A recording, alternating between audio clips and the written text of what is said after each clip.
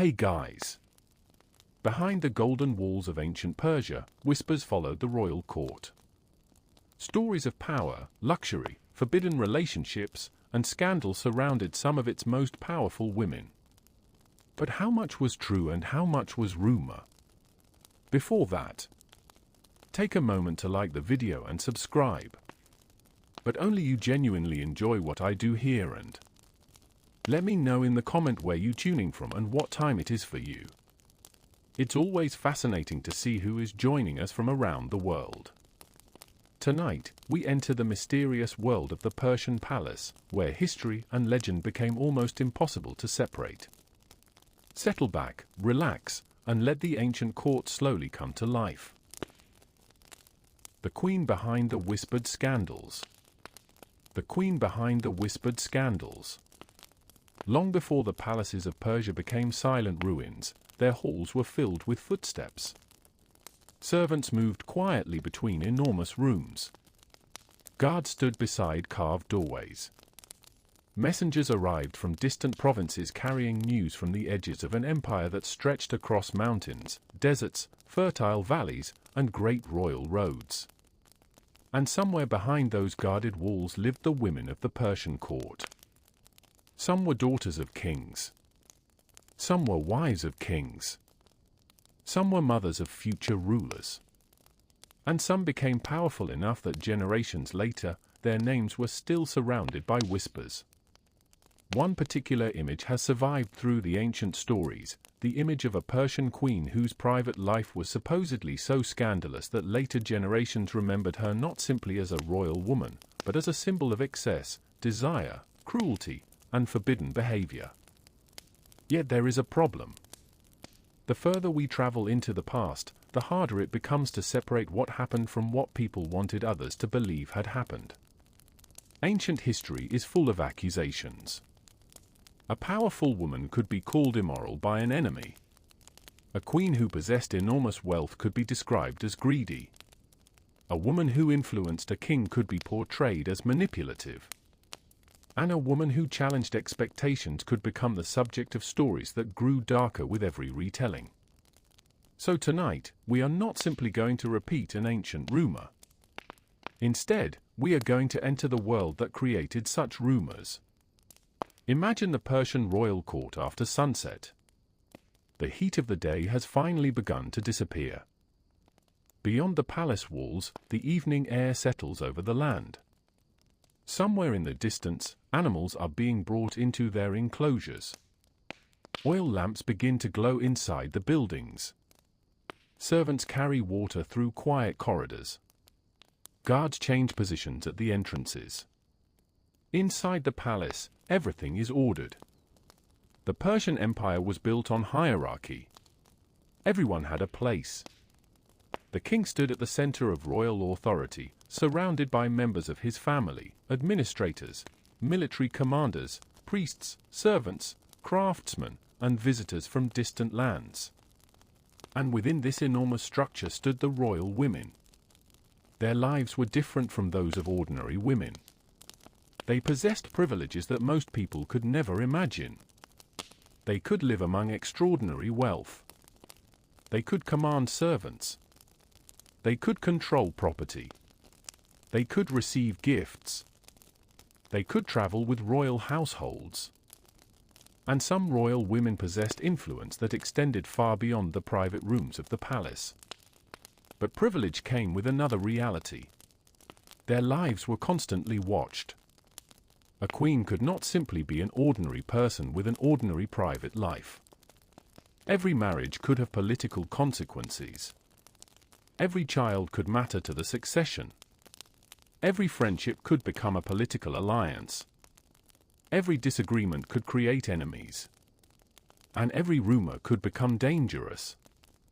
This is where the darker stories begin. When ancient writers described powerful queens, they did not always describe them fairly. Some writers lived in societies that viewed Persia as a foreign and sometimes threatening civilization. Others wrote generations after the events they described. Some relied on oral traditions that had already changed with time. A dramatic story was easier to remember than a complicated truth. And scandal was always easier to remember than administration. Nobody tells stories for centuries about a queen simply because she managed estates efficiently. But people remember a queen who was supposedly surrounded by secret lovers. They remember a queen accused of unusual desires. They remember stories of extravagant feasts and private gatherings. They remember whispers. And whispers can survive longer than facts. This is especially important when discussing the word perverted. It is a modern judgment. Ancient Persian society did not use that word in the way we do today, and applying modern ideas directly to the ancient world can distort the past. What later generations considered shocking may not have been considered shocking in exactly the same way by the people who lived at the time. And what ancient enemies considered evidence of corruption may simply have been part of a political campaign. Still, the rumors themselves are fascinating. Because they tell us something. They tell us what ancient people feared. They tell us what kinds of behavior could damage the reputation of a royal woman. And they reveal how dangerous it could be for a woman to possess wealth, beauty, influence, and proximity to the throne. Picture the palace again. A servant enters a quiet chamber carrying a tray. A group of noble women speak softly. Someone mentions the queen. The conversation stops for a moment. Then the whispers begin. Perhaps the story started with something completely ordinary. A visitor stayed too long. A royal banquet continued late into the evening. A nobleman received unusual attention. A gift was given. A private meeting took place. Nothing necessarily extraordinary. But inside a royal court, ordinary events could become political weapons. One person tells another. Another adds a detail. Someone else removes a detail. Soon the story has changed. And by the time it reaches someone outside the palace, the truth may be almost impossible to recognize. This was not unique to Persia. Royal courts everywhere produce rumors. The larger the palace, the more people depended upon the ruler. The more people depended upon the ruler, the more valuable information became. And the more valuable information became, the more dangerous gossip could become. A rumor about an ordinary villager might disappear within a day. A rumor about a queen could travel across an empire. It could reach merchants on royal roads. It could be repeated by soldiers. It could cross borders with ambassadors. It could eventually be written down by someone who had never seen the palace at all. Centuries later, another historian might read that account and assume it was fact. And suddenly, a whisper had become history. This is why the story of the supposedly most scandalous queen of ancient Persia must be approached slowly. There is the queen described by history. There is the queen described by enemies. There is the queen described by storytellers. And there is the queen imagined by later generations. They may not have been the same woman. Perhaps the real person was much more complicated. Perhaps she was intelligent, ambitious, politically skilled, generous, ruthless, affectionate, calculating, or simply human. The palace walls would have known. The servants would have known. The people closest to her would have known. But most of those voices disappeared thousands of years ago. What remains are fragments. A name here. A story there. A surviving account written by someone with his own opinions and prejudices. And between those fragments lies a vast silence. Tonight, we will slowly move through that silence. We will look at the world of Persian queens before judging the woman inside it. We will see what royal marriage meant. We will see how wealth changed a woman's position. We will discover how palace servants, nobles, and royal relatives interacted. And eventually, we will return to the scandalous stories themselves. But first, we need to understand the palace. Because without understanding the world of ancient Persia, it is almost impossible to understand why certain rumors became so powerful. Outside, the night has deepened. The palace lamps continue to burn. The guards remain at their posts. The servants move quietly through the corridors. And somewhere beyond another doorway, behind layers of stone, wood, linen, gold, and silence, the queen's household prepares for another night. The stories have not yet begun. But the whispers already have. What the sources really said. To understand the woman behind the scandal, we must first step away from the palace and look at the people who told the stories. Ancient Persia left behind remarkable evidence. There are royal inscriptions carved into stone. There are administrative records written on clay tablets. There are palace remains, reliefs, seals, coins, and fragments of official correspondence. Together, these sources reveal an empire of extraordinary organization. But there is a strange silence. The official Persian records rarely tell us intimate stories about the private lives of queens. They speak about kings, territories, building projects, religious traditions, military victories, tribute, and royal authority. They were never designed to satisfy our curiosity about palace gossip.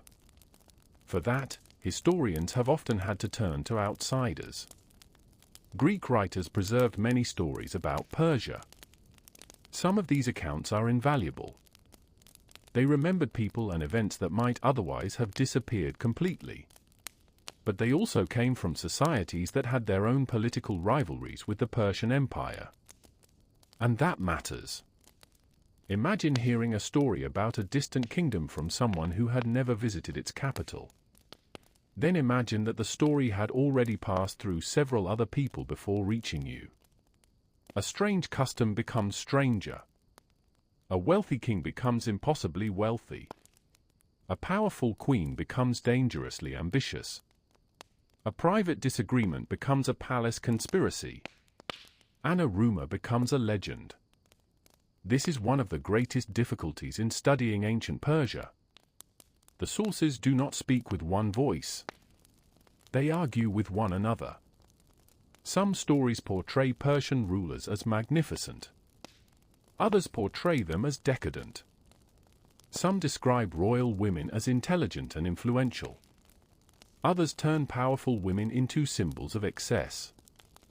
And somewhere between those extremes, the historical person becomes difficult to see.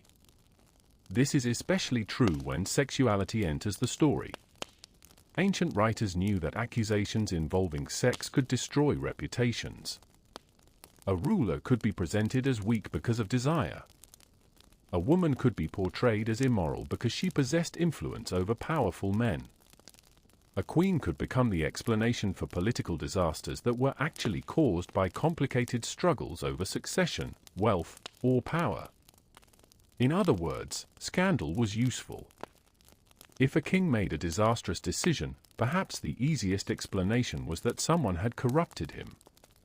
If a powerful woman stood close to the throne, perhaps enemies could claim that she controlled the ruler through private influence.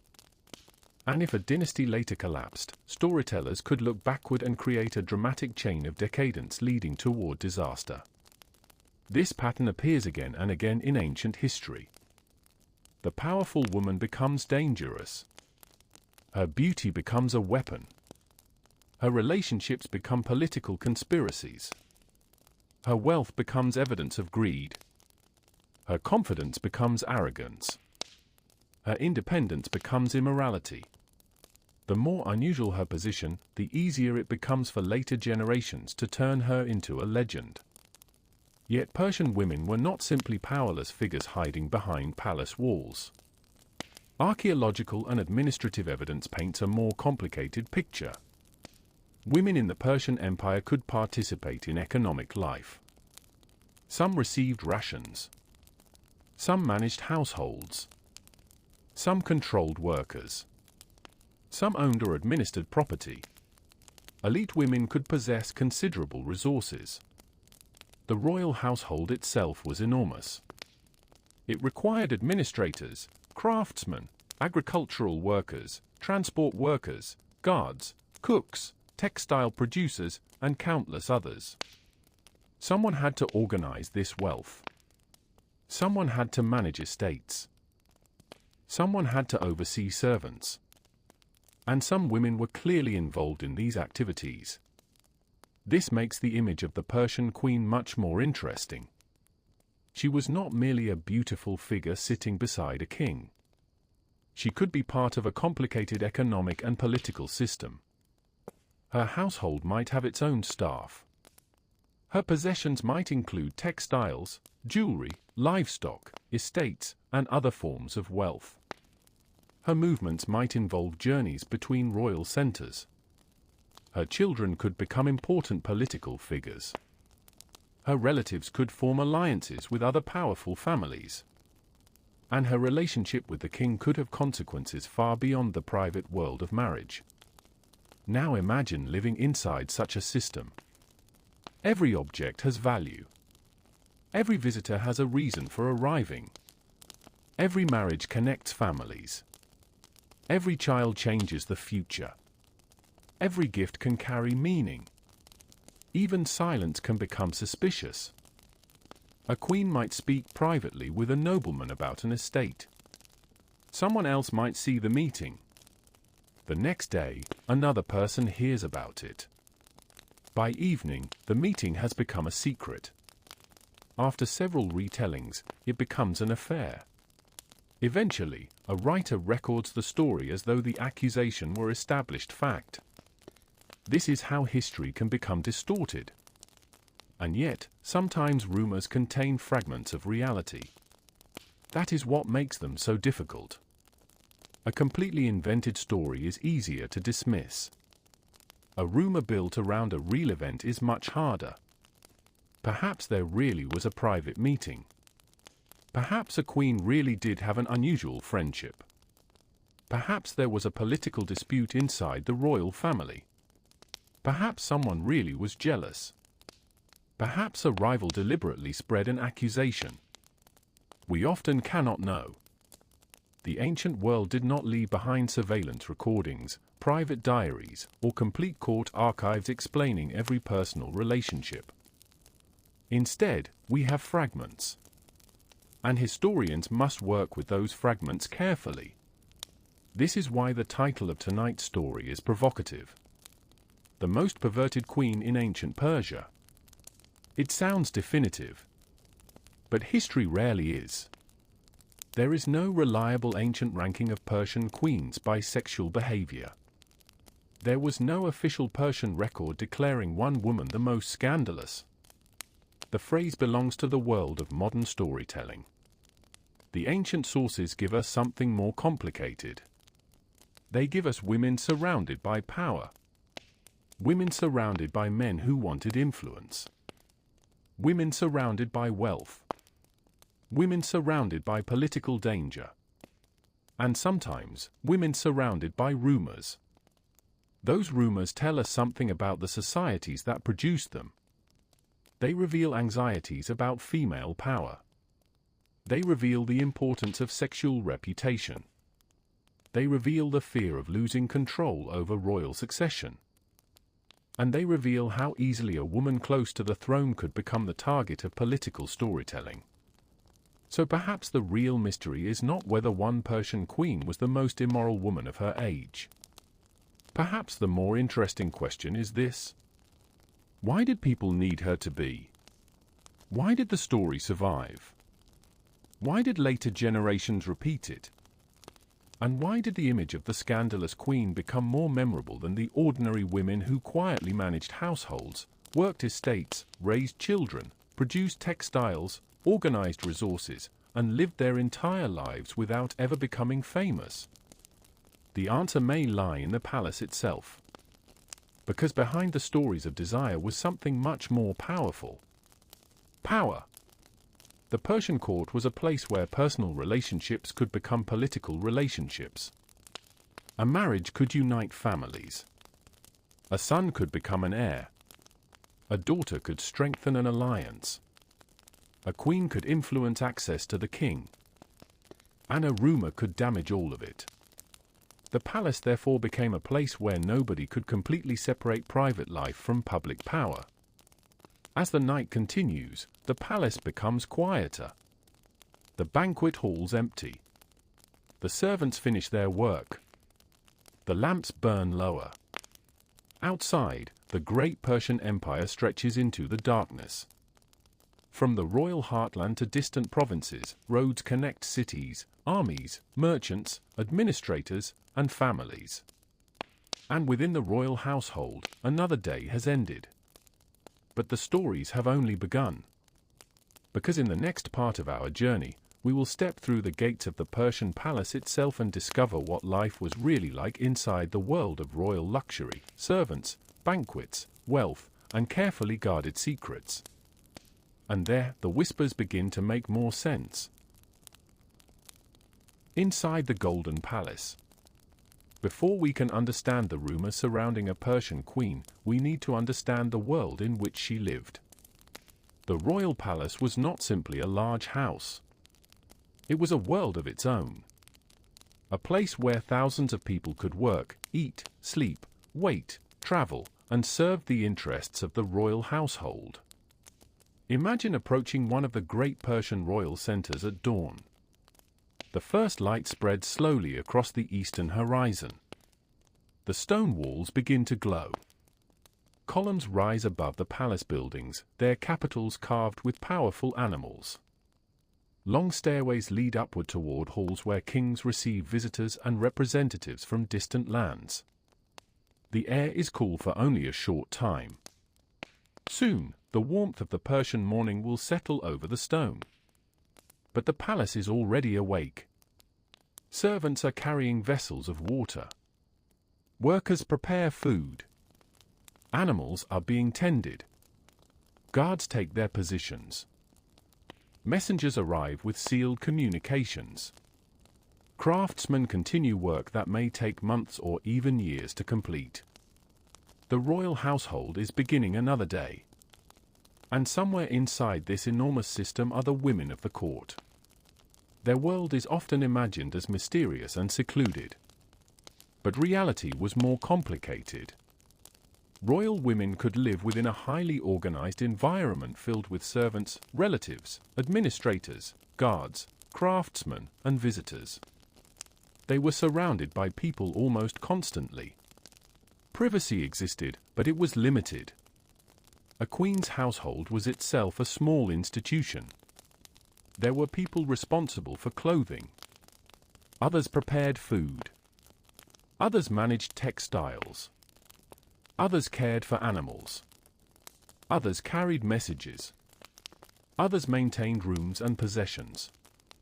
The higher a woman stood in the royal hierarchy, the larger her household could become. This meant that even a simple morning routine could involve many people. A servant might prepare water. Another might bring clothing. Another might arrange jewelry. Another might prepare food. Another might deliver news. Nothing happened entirely alone. And this is important when we later hear stories about secret behavior. A palace was not necessarily a place where secrecy was easy. People noticed who entered. People noticed who left. People noticed who received gifts. People noticed who spoke with whom. People noticed changes in favor. In a world without modern communication, information moved through people. A servant could know something a nobleman did not. A steward could know something a family member had forgotten. A messenger could carry information hundreds of miles. The palace was therefore both luxurious and intensely social. Every relationship existed within a network. The queen herself stood somewhere near the center of that network. Her position could bring extraordinary comfort. But it could also bring extraordinary pressure. Consider the clothing alone. Royal garments could be made from fine textiles produced by specialized workers. Colors, patterns, jewelry, and accessories communicated status. The appearance of a royal woman mattered. Not necessarily because beauty was her only purpose, but because appearance itself could communicate rank. A woman belonging to the royal household was expected to look like someone who belonged there. Jewelry could include precious metals and stones. Perfumes and scented oils could be valuable. Textiles could require enormous amounts of labor. Even the preparation of a royal wardrobe connected the queen to a much larger economic system. Somewhere far from the palace, workers cultivated plants. Others raised animals. Others processed fibers. Others spun thread. Others dyed textiles. Others produced finished garments. The palace transformed all this labor into visible wealth. And then there was food. A royal household required enormous quantities.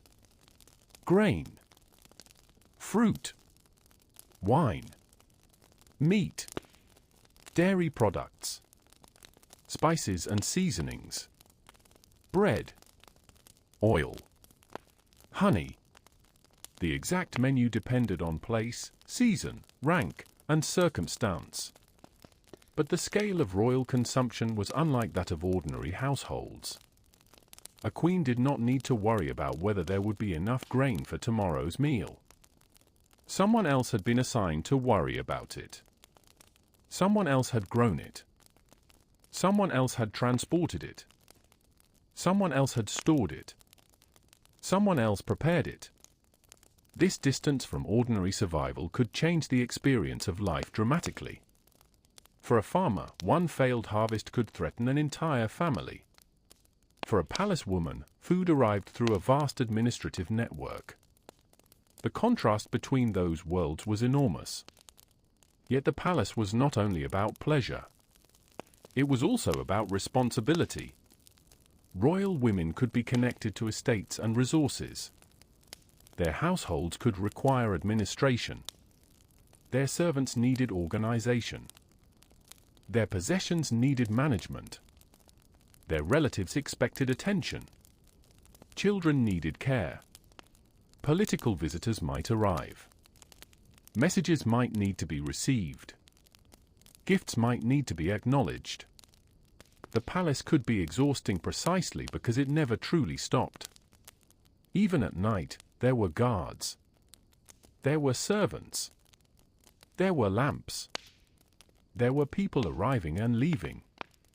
There were conversations happening behind doors. There were celebrations. There were ceremonies. And there were moments of quiet. Perhaps those quiet moments were among the most valuable.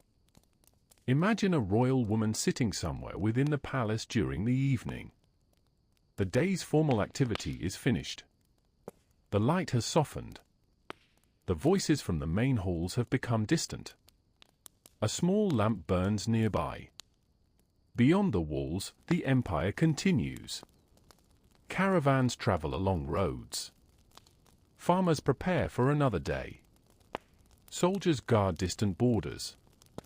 Merchants negotiate in cities. And here, inside the royal household, everything seems still. Yet even in this quiet moment, the queen is never completely removed from politics. Her family matters. Her children matter. Her relationships matter. Her reputation matters. A queen's personal life could therefore become a subject of political interest. If she became close to one person, others might wonder why. If she favored one family, another family might become suspicious. If she possessed great wealth, people might ask how she used it. If she had influence over the king, ambitious men might seek her support. The palace was full of opportunity. And wherever there is opportunity, there is competition. This helps explain why stories about royal women could become so dramatic. The woman herself might not have considered an action scandalous. But someone else could interpret it differently. A gift could become evidence of favoritism. A conversation could become evidence of conspiracy. A friendship could become evidence of an affair. A political disagreement could become evidence of hatred. And an ordinary palace event could become a story repeated for generations. The ancient Persian royal court was therefore a strange combination of comfort and danger. There was wealth beyond imagination. There were servants to perform countless tasks. There were beautiful buildings. There were gardens. There were banquets. There were fine textiles. There were opportunities that ordinary women could never have imagined. But there was also observation, competition, expectation, and reputation. A queen could possess enormous privilege while still being trapped inside a world where other people constantly interpreted her actions. And perhaps that is where the most interesting part of the story begins. Because the women of the Persian court were not simply passive figures surrounded by luxury. Some possessed resources. Some managed estates. Some influenced powerful men. Some raised future rulers. Some traveled with royal households.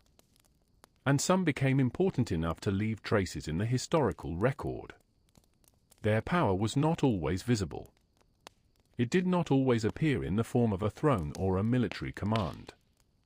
Sometimes it existed in a conversation. Sometimes in a marriage. Sometimes in a household. Sometimes in the ability to decide who received access to someone more powerful. And sometimes, perhaps, in simply being impossible to ignore. The palace slowly settles as another morning approaches. The same corridors that were filled with servants during the day become quiet. The great halls grow dark. The guards continue their watch. And behind the walls, the royal household sleeps. But tomorrow will bring another banquet. Another group of visitors. Another collection of messages. Another round of conversations. And with them, another opportunity for a harmless event to become a dangerous rumor. Because in the Persian palace, nothing involving the royal family remained completely private for long. The people behind the palace doors. A royal palace could look almost empty from the outside.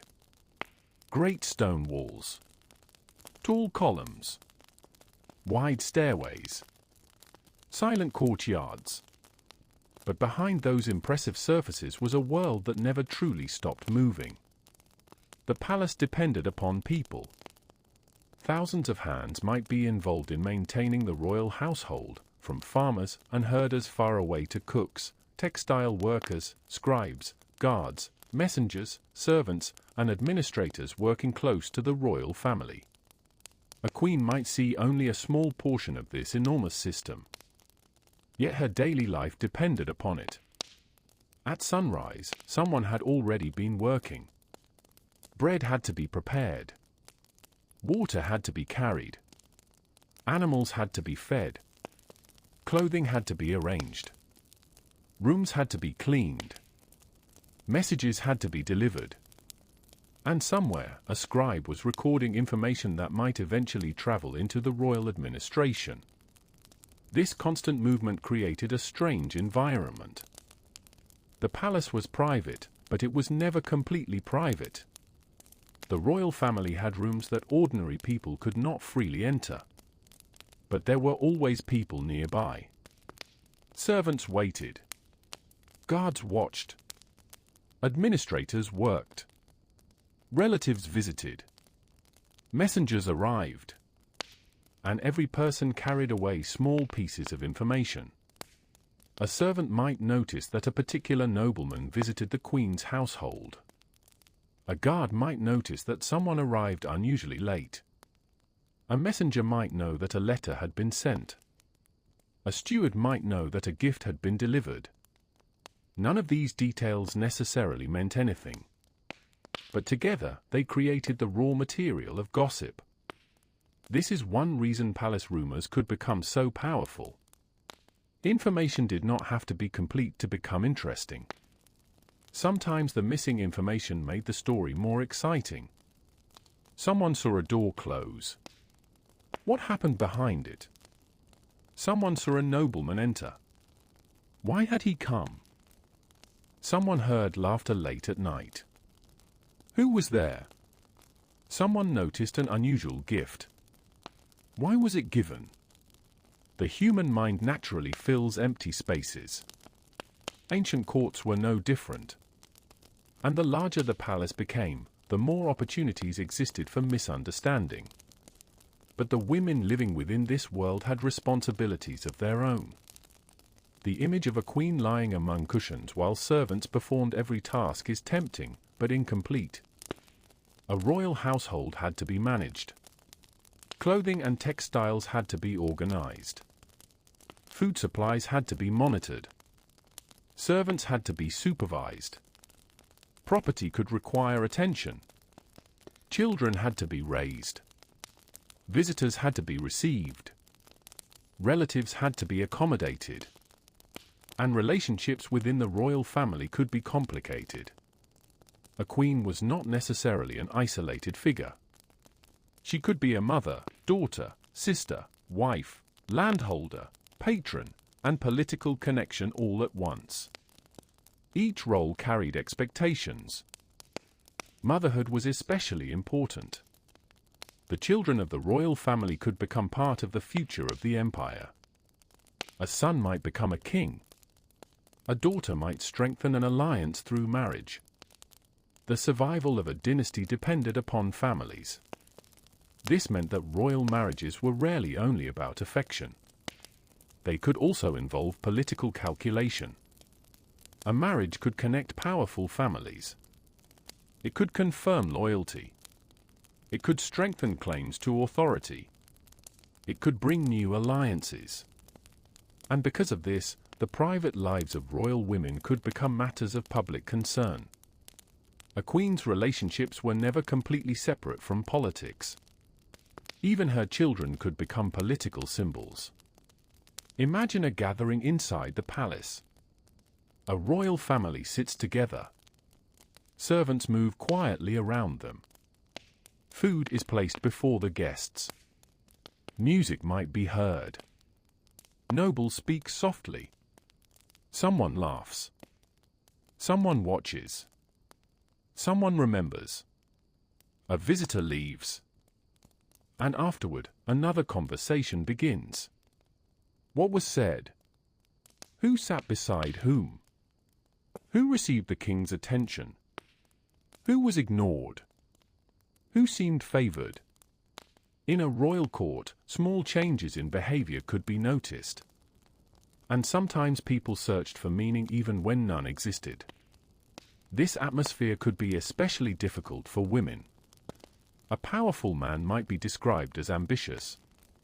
A powerful woman could be described as manipulative.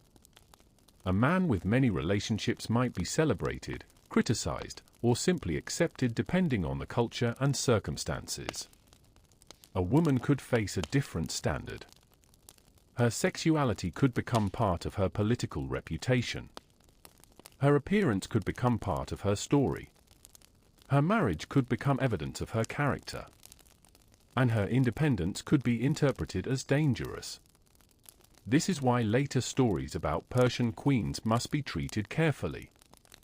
When an ancient writer says that a queen was immoral, we should ask what the writer meant. Was the claim supported by evidence? Was the writer describing an eyewitness event? Was the story political? Was the writer repeating an older tradition? Was the woman connected to an enemy dynasty? Was the account written long after her death? These questions matter, because history is not simply a collection of old stories. It is the process of examining those stories. And sometimes the most fascinating discovery is that the story everyone remembers may not be the story that actually happened. The Persian Empire itself was extraordinarily diverse. People from many regions lived under its rule. Languages differed. Customs differed. Religious traditions differed. Clothing differed. Food differed. Ideas about family and marriage could also vary.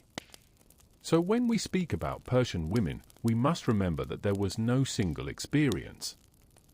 A queen in the royal court lived differently from a noble woman. A noble woman lived differently from a village farmer. A craftswoman lived differently from a wealthy landowner. A servant lived differently from all of them. The empire contained many worlds. And yet, the royal household stood above much of this diversity. Its influence reached outward. Goods came inward. People came inward. Information came inward. And royal decisions moved outward again. The palace was therefore not simply a home. It was part of the machinery of empire. A queen living inside it was connected to that machinery whether she wanted to be or not. Perhaps this is the greatest misunderstanding about the women who lived there. We often imagine them as spectators to history. But some were participants. Their influence might not appear in military chronicles. It might not be carved into monuments. It might not be announced by royal inscriptions. But influence can exist quietly. A recommendation. A marriage. A gift. A conversation. A decision about property. A relationship with a family. A request made to a king. These things can shape events without leaving dramatic evidence behind. And when the evidence disappears, later generations may replace it with imagination. The queen becomes mysterious. The mysterious queen becomes scandalous. The scandalous queen becomes legendary. And eventually, the legend becomes more famous than the woman herself. By now, the palace has become quiet again. The last voices fade from the corridors. A lamp burns beside a doorway. Outside, the stars stretch across the Persian sky. Somewhere beyond the palace, ordinary people are sleeping after another long day of work. Inside, the royal household rests among wealth that few could imagine. Yet tomorrow the palace will wake again. And with every new day will come new visitors, new alliances, new jealousies, and new opportunities for whispers.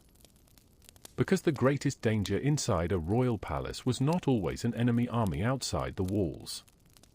Sometimes it was a story whispered by someone standing only a few steps away. Power, marriage, and desire. In ancient Persia, marriage could begin with something deeply personal. But inside the royal court, it could rarely remain personal for long. A marriage between members of powerful families could change relationships across the empire. It could create alliances. It could secure loyalty. It could strengthen a claim to power. And when a king married, the woman beside him entered a world where even her family connections could become politically important. For an ordinary family, marriage might mean building a household together. For a royal family, marriage could mean building a political future. This difference shaped the lives of Persian queens. Imagine a young woman entering a royal household for the first time. The palace is enormous. The corridors are unfamiliar. Servants already know their duties. Guards stand at the entrances. Nobles move through the halls with confidence. Everywhere there are signs of rank. Fine textiles. Jewelry. Carved stone. Perfumed oils. Imported goods. But beneath all this luxury is a simple reality. Everyone is watching. A new queen must learn the rules. She must understand who has authority. Who can approach the king? Who manages the household? Which families matter? Which servants can be trusted? Which relatives are rivals? And which relationships might become important later? Marriage therefore brought a woman into a network. Her husband mattered. But so did her parents.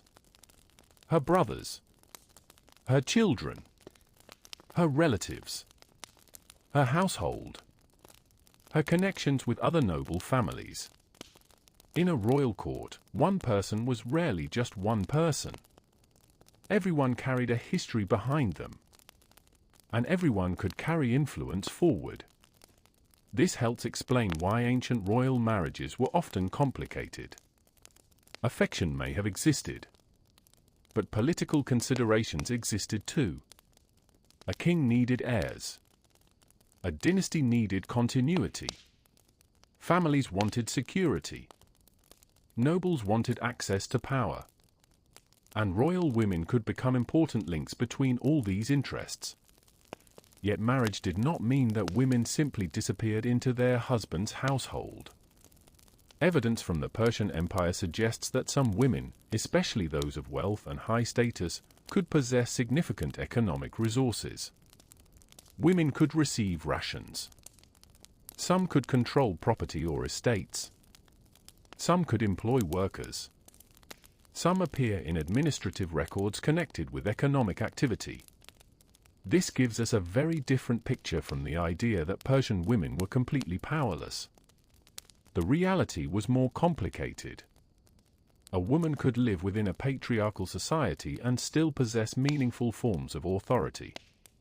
Power did not always look like sitting on a throne. Sometimes it looked like controlling resources. Sometimes it meant managing a household. Sometimes it meant having access to influential people. Sometimes it meant being the mother of someone who would later become powerful. And sometimes it meant being trusted by the king. This last possibility could make a royal woman extremely important. Kings were surrounded by people seeking their attention. Military commanders wanted decisions. Administrators wanted approval. Nobles wanted favors. Foreign representatives wanted agreements. Relatives wanted protection. In such a world, anyone who could speak privately with the king could potentially become influential. This does not mean that every queen controlled her husband. Ancient stories often exaggerate such relationships. But it does mean that proximity itself had value. And proximity could create jealousy. Suppose one noble family noticed that a particular queen was receiving unusual attention. They might wonder why. Was she supporting their rivals? Was she influencing the king? Was she helping her own relatives? Was she protecting her children? Or was there something more personal happening? Questions could quickly become accusations. Accusations could become rumors. And rumors could become political weapons. Sexual reputation was particularly powerful because it was difficult to defend against. If someone accused a man of ambition, he could point to his achievements. If someone accused a woman of improper behavior, the accusation itself could become damaging. Even if it was false, people might remember it. This was one of the darker realities of royal life. A queen's body could become political territory. Her marriage could be discussed. Her children could be discussed. Her friendships could be discussed. Her appearance could be discussed. And her private behavior could become a weapon in the hands of others. This is why stories about ancient queens often contain themes of desire. The queen becomes beautiful, then dangerous, then seductive, then manipulative. The story becomes increasingly dramatic. But behind the drama is a very real fear. The fear that private relationships might influence public power. For the ancient world, this was not an unreasonable concern. Royal succession could depend upon family relationships. A child's identity mattered. A marriage could change alliances. A favorite could gain influence. A rival could lose access. The boundary between bedroom and throne room was therefore much thinner than we might imagine. Yet there is another side to this story. Women were not simply victims of these political systems. Some learned to use them. A queen who understood family relationships could protect her children. A woman with wealth could support relatives. A mother could build connections around her son. A royal woman could use gifts and hospitality to strengthen relationships. Influence could be exercised quietly. It did not always require public authority. And quiet influence is exactly the kind of influence that historians struggle to see. A military victory leaves monuments. A palace leaves ruins. A royal decree leaves an inscription. But a private conversation can disappear forever. A suggestion whispered beside a king may never be recorded. A warning given by a mother to her son may never reach history. A decision made after a private discussion may survive without explaining why it happened. This creates a strange problem. The women may have had more influence than the surviving evidence suggests. But because the evidence is incomplete, later storytellers sometimes filled the gaps themselves. And when storytellers fill gaps, they often choose drama. A queen who quietly advised her husband becomes a queen who controlled him. A woman who possessed wealth becomes greedy. A woman who protected her children becomes ruthless. A woman who attracted attention becomes seductive. And eventually, a complicated human being becomes a character. The legendary queen is born. As evening falls over the palace once more, imagine the royal household settling into its nightly rhythm. Servants withdraw. Guards remain. The queen's household becomes quieter. Perhaps somewhere a conversation continues behind a closed door. Perhaps a letter is being read. Perhaps a family decision is being discussed. Perhaps nothing unusual is happening at all. But tomorrow, someone may tell a different story. And that story may travel farther than the truth. Because in ancient Persia, marriage could create alliances. Power could create enemies. And desire, real or imagined, could become one of the most dangerous weapons inside the palace. The private world of the royal court. As the sun disappeared beyond the Persian horizon, the royal palace slowly changed its character. During the day, it belonged to officials, messengers, servants, craftsmen, guards, and visitors. At night, the great halls became quieter. The number of footsteps diminished. Voices softened. Lamps replaced sunlight. And behind the doors of the royal household, the private world of the court began. This was the world that later generations found so fascinating. Because when people imagine an ancient palace, they often imagine secrets.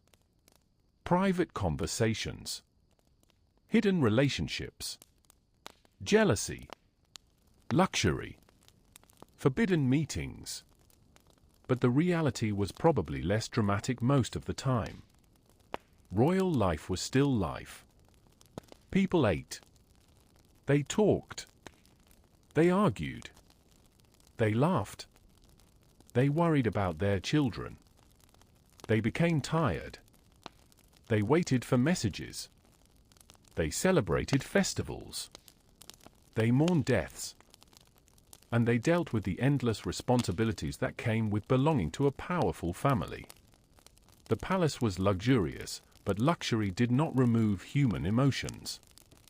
In fact, it could sometimes make them more complicated.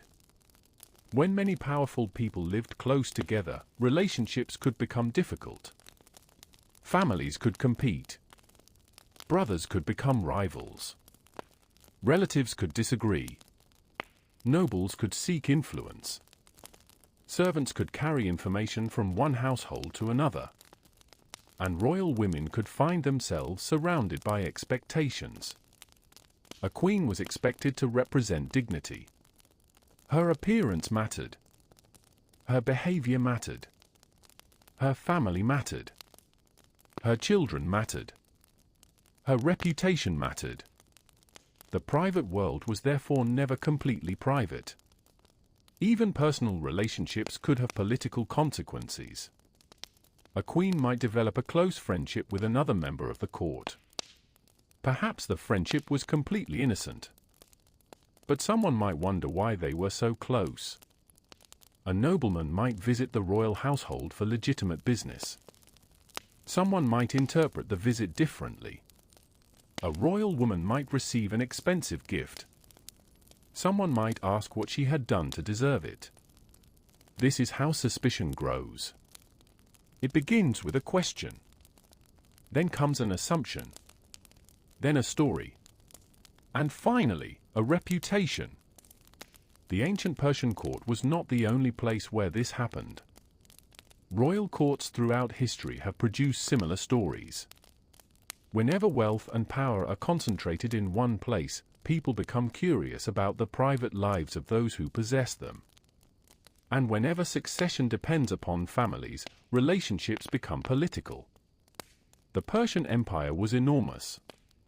Its royal household had connections across a vast territory. People from different regions could enter the court. Foreign envoys could arrive. Nobles could travel long distances. Gifts could come from distant provinces. The palace therefore brought together people who might never otherwise have met. This made it a place of cultural exchange. But it also made it a place where stories could spread. A foreign visitor might see something unfamiliar. Instead of understanding it, the visitor might describe it as strange.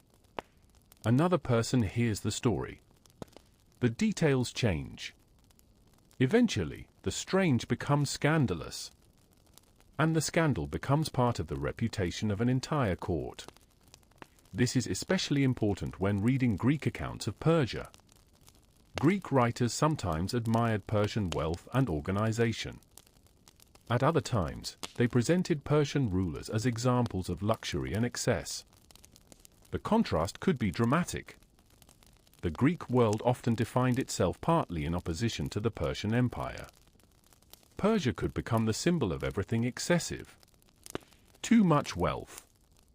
Too much luxury. Too much power. Too much food. Too much decoration. Too much desire. And once this image became established, stories about royal women could easily fit into it. A wealthy queen could be portrayed as excessively luxurious. A powerful queen could be portrayed as dangerously ambitious. A woman with influence could be portrayed as sexually manipulative. The story did not need to be completely invented. It only needed to fit an existing expectation. This is why we must be careful when we hear that a particular Persian queen was the most perverted. Such a description tells us almost nothing by itself. It is a judgment. It does not explain the evidence. It does not tell us who made the accusation. It does not tell us why they made it. And it does not tell us whether anyone believed it at the time. The real historical question is more interesting. What behavior was considered acceptable?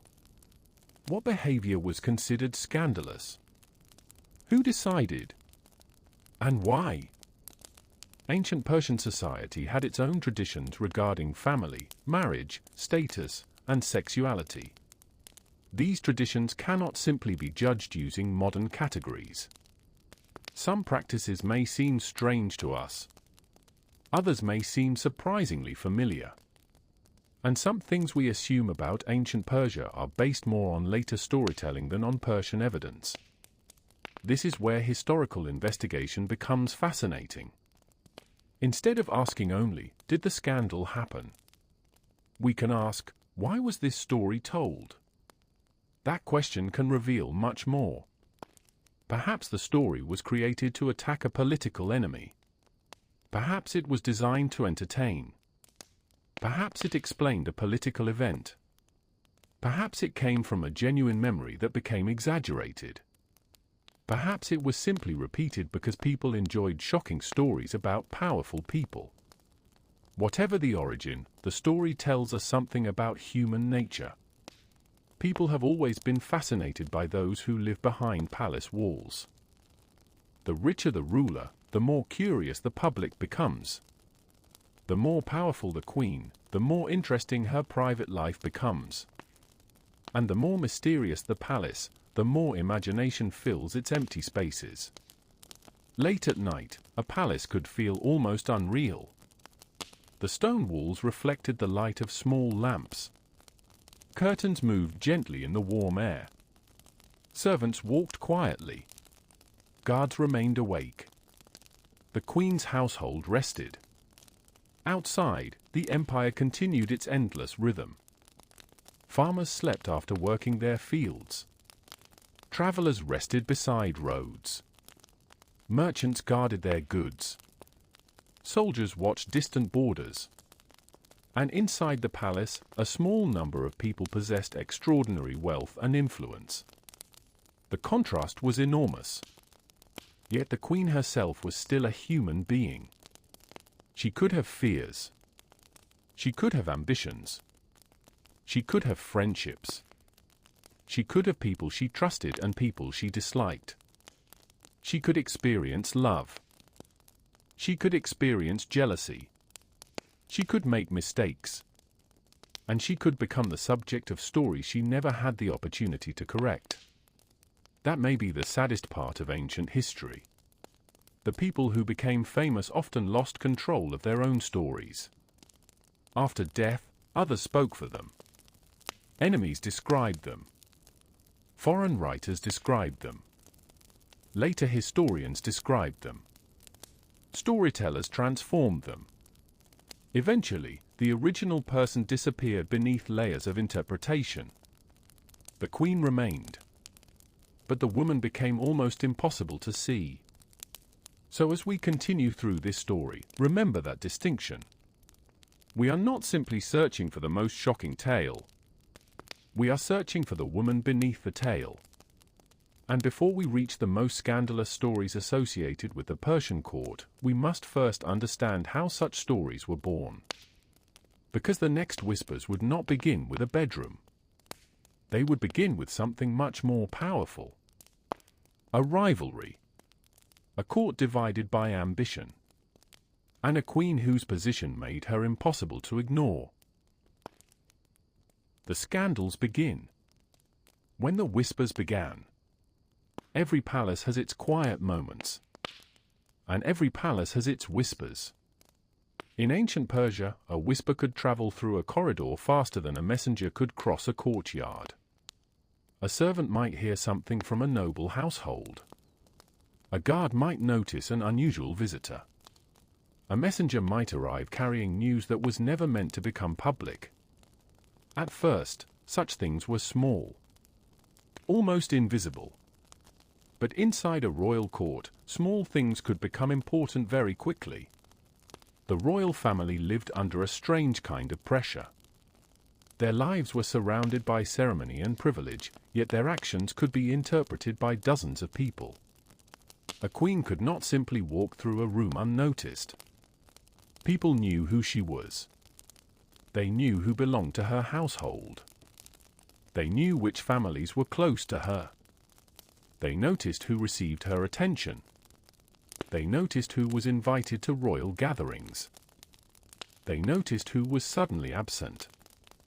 And they noticed changes in the king's favor.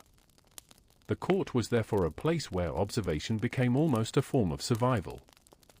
Nobles needed to know who was rising. They needed to know who was falling. They needed to understand which relationships mattered. A family that had influence one year might lose it the next. Another family could suddenly become important because one of its members gained the attention of the royal household.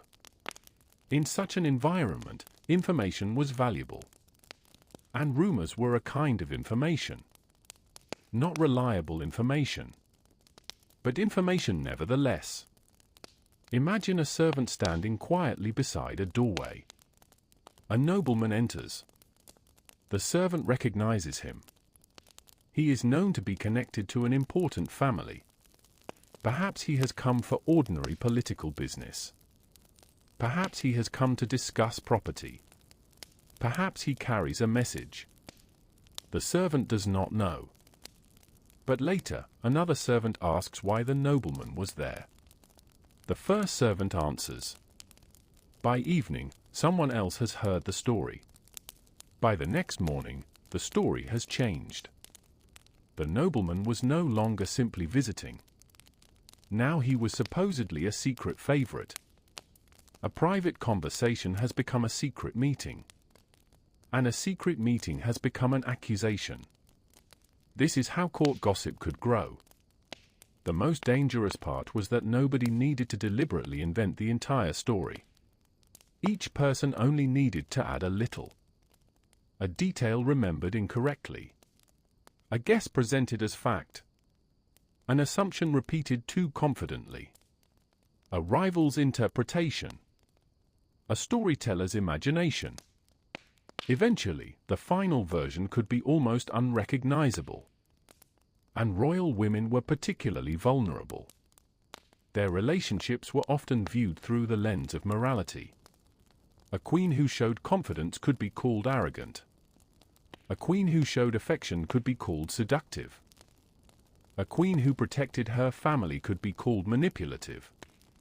A queen who possessed wealth could be called greedy. The same behavior could be described differently depending on who was telling the story.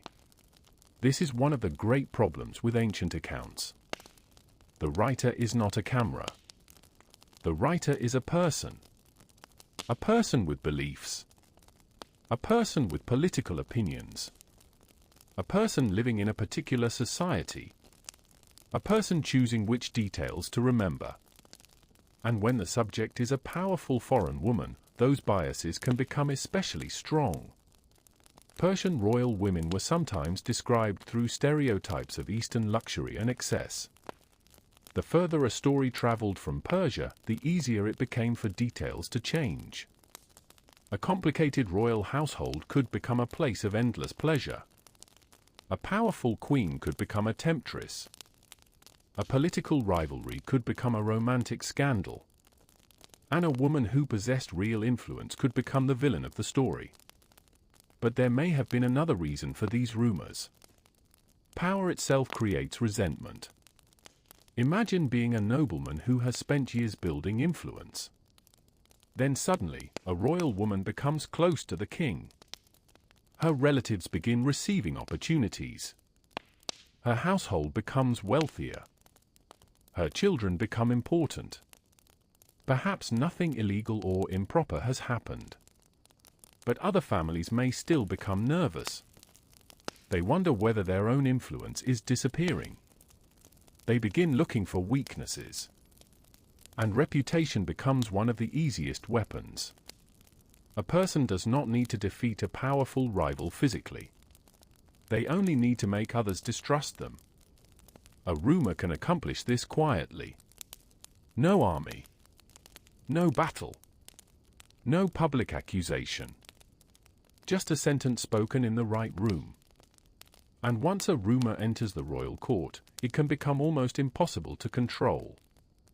The queen might deny it. But denial could be interpreted as guilt. She might ignore it. Then people might assume the story is true. She might confront the person spreading it. Then the confrontation itself could become another story. There was no easy solution. This is why royal reputation was so important. A queen's public image could affect her family. It could affect her children. It could affect alliances. And it could affect how others approached her. Yet we should not assume that every scandalous story was false. Some people undoubtedly behaved badly. Royal courts were made of human beings, not saints. There were jealousies. There were betrayals. There were affairs. There were rivalries. There were arguments. There were people seeking power. The challenge is knowing which stories belong to reality and which belong to storytelling. Sometimes the evidence is strong. Sometimes it is weak. Sometimes it disappears completely. And sometimes the only surviving evidence is the rumor itself. That is where the story becomes especially mysterious. Because the queen's reputation may have survived precisely because it was shocking. A quiet life does not become legendary. A scandal does. The more outrageous the story, the more likely someone is to repeat it. And every repetition gives the story another chance to change. Centuries pass. The original witnesses disappear. The original political situation is forgotten. The story remains. Eventually, someone reads it and assumes that the ancient writer must have known the truth. But perhaps the writer was simply repeating what others had said. Perhaps the story was already old. Perhaps the queen had enemies. Perhaps she had political rivals who benefited from her disgrace. Perhaps the story was created because people wanted an explanation for something else. The possibilities multiply. And somewhere within those possibilities is the real woman. A woman who lived thousands of years ago. A woman who woke each morning inside a palace. A woman who had responsibilities. A woman who had relationships. A woman who probably never imagined that strangers centuries later would argue about her private life. The night grows deeper. The palace is quiet. The stories, however, continue moving. One whisper becomes another. One accusation becomes another. And soon the rumors will no longer concern only the queen's relationships. They will begin to describe her character itself. She will become not simply a powerful woman, but a woman supposedly consumed by desire and excess. And that is when the legend truly begins. The scandal grows. A rumor rarely arrives in the world fully formed. It begins as something small. A glance. A conversation. A visitor arriving at an unusual hour. A gift given without explanation. Then someone asks a question. And someone else supplies an answer. That answer becomes another question. Soon, the palace has a story. In the royal court of ancient Persia, stories could be especially powerful because almost everyone understood that access mattered. Who could speak to the king? Who could enter the royal household? Who received gifts? Who was invited to important gatherings? Who was suddenly treated with greater respect? These details could reveal changes in power. And when people did not understand those changes, they searched for explanations. Sometimes the explanation was simple. Sometimes it was political. And sometimes it became personal. A powerful queen could become the center of such speculation. Perhaps she had influence because she was the king's wife. Perhaps she had influence because she was the mother of an heir. Perhaps she controlled significant wealth. Perhaps the king simply trusted her. But to a rival, none of these explanations might be satisfying. A rival might prefer a more dramatic story. Perhaps the queen was controlling the king through affection. Perhaps she had become obsessed with pleasure. Perhaps she had surrounded herself with people who pleased her. Perhaps her private life was influencing public decisions. The story did not need evidence to become interesting. It only needed an audience. And royal courts always had audiences. There were servants, nobles, officials, soldiers, foreign visitors, relatives, administrators. Everyone had conversations. Everyone knew someone. Everyone had heard something. This created a perfect environment for exaggeration. One person might say, the queen received a visitor. Another might repeat, the queen received an important visitor. Another might say, the queen secretly met the visitor. And someone else might eventually say, the queen was involved with the visitor. The difference between each version could be only a few words. But the meaning could change completely. This is how reputations can be destroyed. And once a woman became known for scandal, everything she did could be interpreted through that reputation. If she attended a banquet, it became an indulgence. If she spoke with a man, it became suspicious. If she wore expensive clothing, it became evidence of vanity. If she traveled, people wondered who accompanied her. If she stayed behind, people wondered what she was hiding. The reputation became a lens. Everything passed through it. And this is one reason historical reputations can be unfair. Once an image is created, later writers often select details that support it. Stories that contradict the image are forgotten. Stories that fit the image survive. The queen becomes increasingly one-dimensional.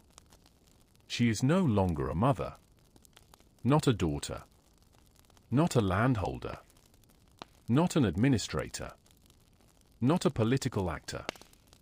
She becomes the scandalous queen. That label is easier to remember. And history loves labels. But the real world is rarely so simple. A woman could be powerful and kind, ambitious and protective, wealthy and generous, strict and affectionate. Human beings contain contradictions. Ancient queens were no different. The problem is that contradictions do not make good legends. A complicated woman is difficult to turn into a simple story. A scandalous woman is easier. This may explain why later tradition sometimes transformed powerful women into symbols of excess. There was also another powerful idea at work. The ancient world often associated excessive luxury with moral decline. Too much wealth could be presented as corrupting. Too much food could become evidence of gluttony. Too much jewelry could become evidence of vanity. Too much leisure could become evidence of weakness. And too much sexual freedom could become evidence of moral collapse. When these ideas were applied to a royal woman, the result could be particularly dramatic. She possessed wealth. She possessed beauty. She lived near power. Therefore, storytellers could portray her as someone who had crossed every boundary. But we should pause here. There is a major difference between describing what an ancient writer claimed and proving that the claim was true. This distinction matters throughout the story. If an ancient source accuses a queen of scandalous behavior, we can say that the accusation existed. We can examine when the source was written. We can ask whether the writer had access to reliable information. We can compare the account with other evidence. But we should not automatically transform an accusation into a fact. That would turn history into gossip. And there was already enough gossip in the ancient world. Perhaps the most revealing question is why these stories were attractive. Why would people want to hear about the private behavior of a queen? Because the powerful have always fascinated ordinary people. The king lives differently. The queen lives differently. They eat differently. They dress differently. They possess things others cannot afford. Their homes are inaccessible. Their relationships are hidden behind walls. And whenever something is hidden, curiosity grows. A palace creates mystery simply by being a palace. The greater the walls, the greater the imagination. A royal household could become a perfect stage for stories. The queen becomes the central character. The king becomes the powerful husband. The nobleman becomes the secret visitor. The servants become silent witnesses. The palace becomes the mysterious setting. And the audience wants to know what happened behind the doors. Perhaps nothing happened. But that answer is not as entertaining. So the story grows. And with every retelling, the queen becomes more extreme. Her desires become greater. Her behavior becomes more shocking. Her palace becomes more luxurious. Her enemies become more numerous. Eventually, she no longer resembles a historical woman. She resembles a legend. Yet beneath the legend, something important remains. The existence of powerful Persian women was real. Their economic roles were real. Their families were real. Their influence could be real. Their wealth could be enormous. Their political connections could matter. The rumors grew around this real foundation. And perhaps that is why they were believable. The story did not need to invent a powerful woman. She already existed. It only needed to reinterpret her power. A woman with influence could be called manipulative. A woman with wealth could be called excessive. A woman with confidence could be called arrogant. And a woman with an active private life could become the subject of scandal. The line between reality and propaganda became almost invisible. By now, the palace has become quiet again. The lamps burn low. The corridors are empty. But somewhere, the story is still being repeated. Perhaps in a servant's quarters. Perhaps among noble families. Perhaps in another city. Perhaps decades later. Perhaps hundreds of years later. The queen herself may have long forgotten the incident that began it all. But the story has acquired a life of its own. The queen's hidden power. The power behind the throne. A throne is easy to recognize. It is elevated. It is visible. It is surrounded by ceremony. But power does not always sit upon a throne. Sometimes it stands quietly beside it. Sometimes it waits behind a doorway. Sometimes it travels in a sealed letter. And sometimes it belongs to a woman whose name never appears in the official announcement. In ancient Persia, royal women could occupy precisely this kind of position. Their influence was not always dramatic. It did not necessarily involve issuing military orders or addressing armies. Instead, it could operate through family, wealth, access, and relationships. To understand this hidden power, we must first return to the royal household. The king was surrounded by people. Officials needed decisions. Generals needed instructions. Foreign visitors needed audiences. Nobles wanted favors.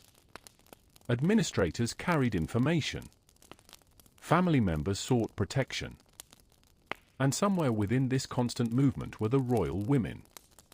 A queen could know the personalities of the people around the king. She could understand family relationships. She could recognize rivalries. She could hear private concerns that an official might never mention publicly. She could also possess resources of her own. This mattered. Wealth was power in the ancient world. A woman who controlled estates, workers, livestock, textiles, or other resources was not powerless.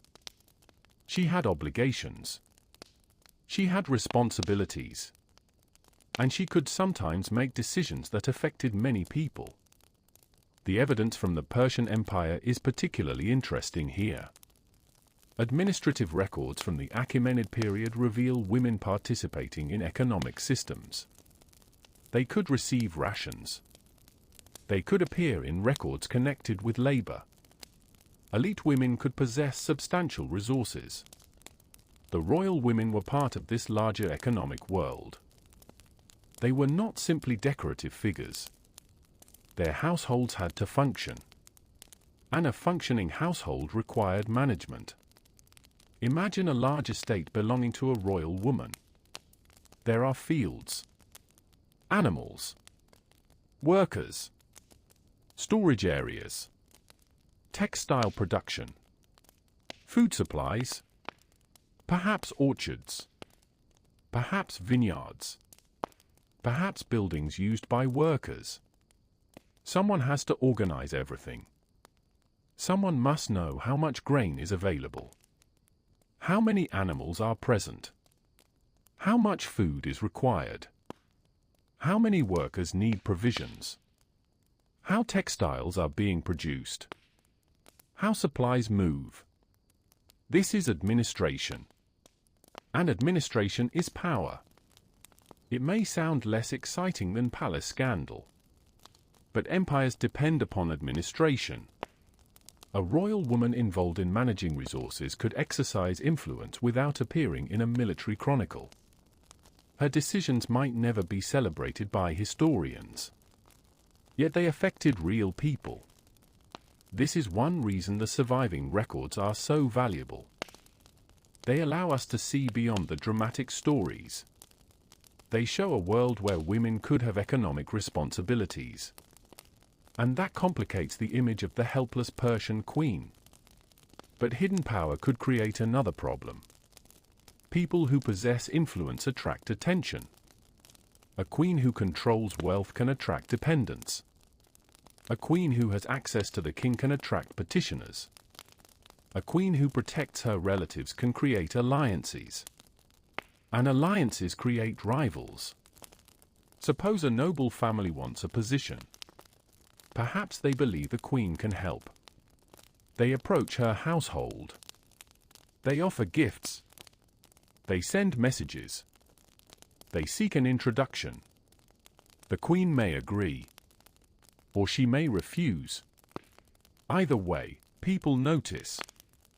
If she helps them, another family may become suspicious.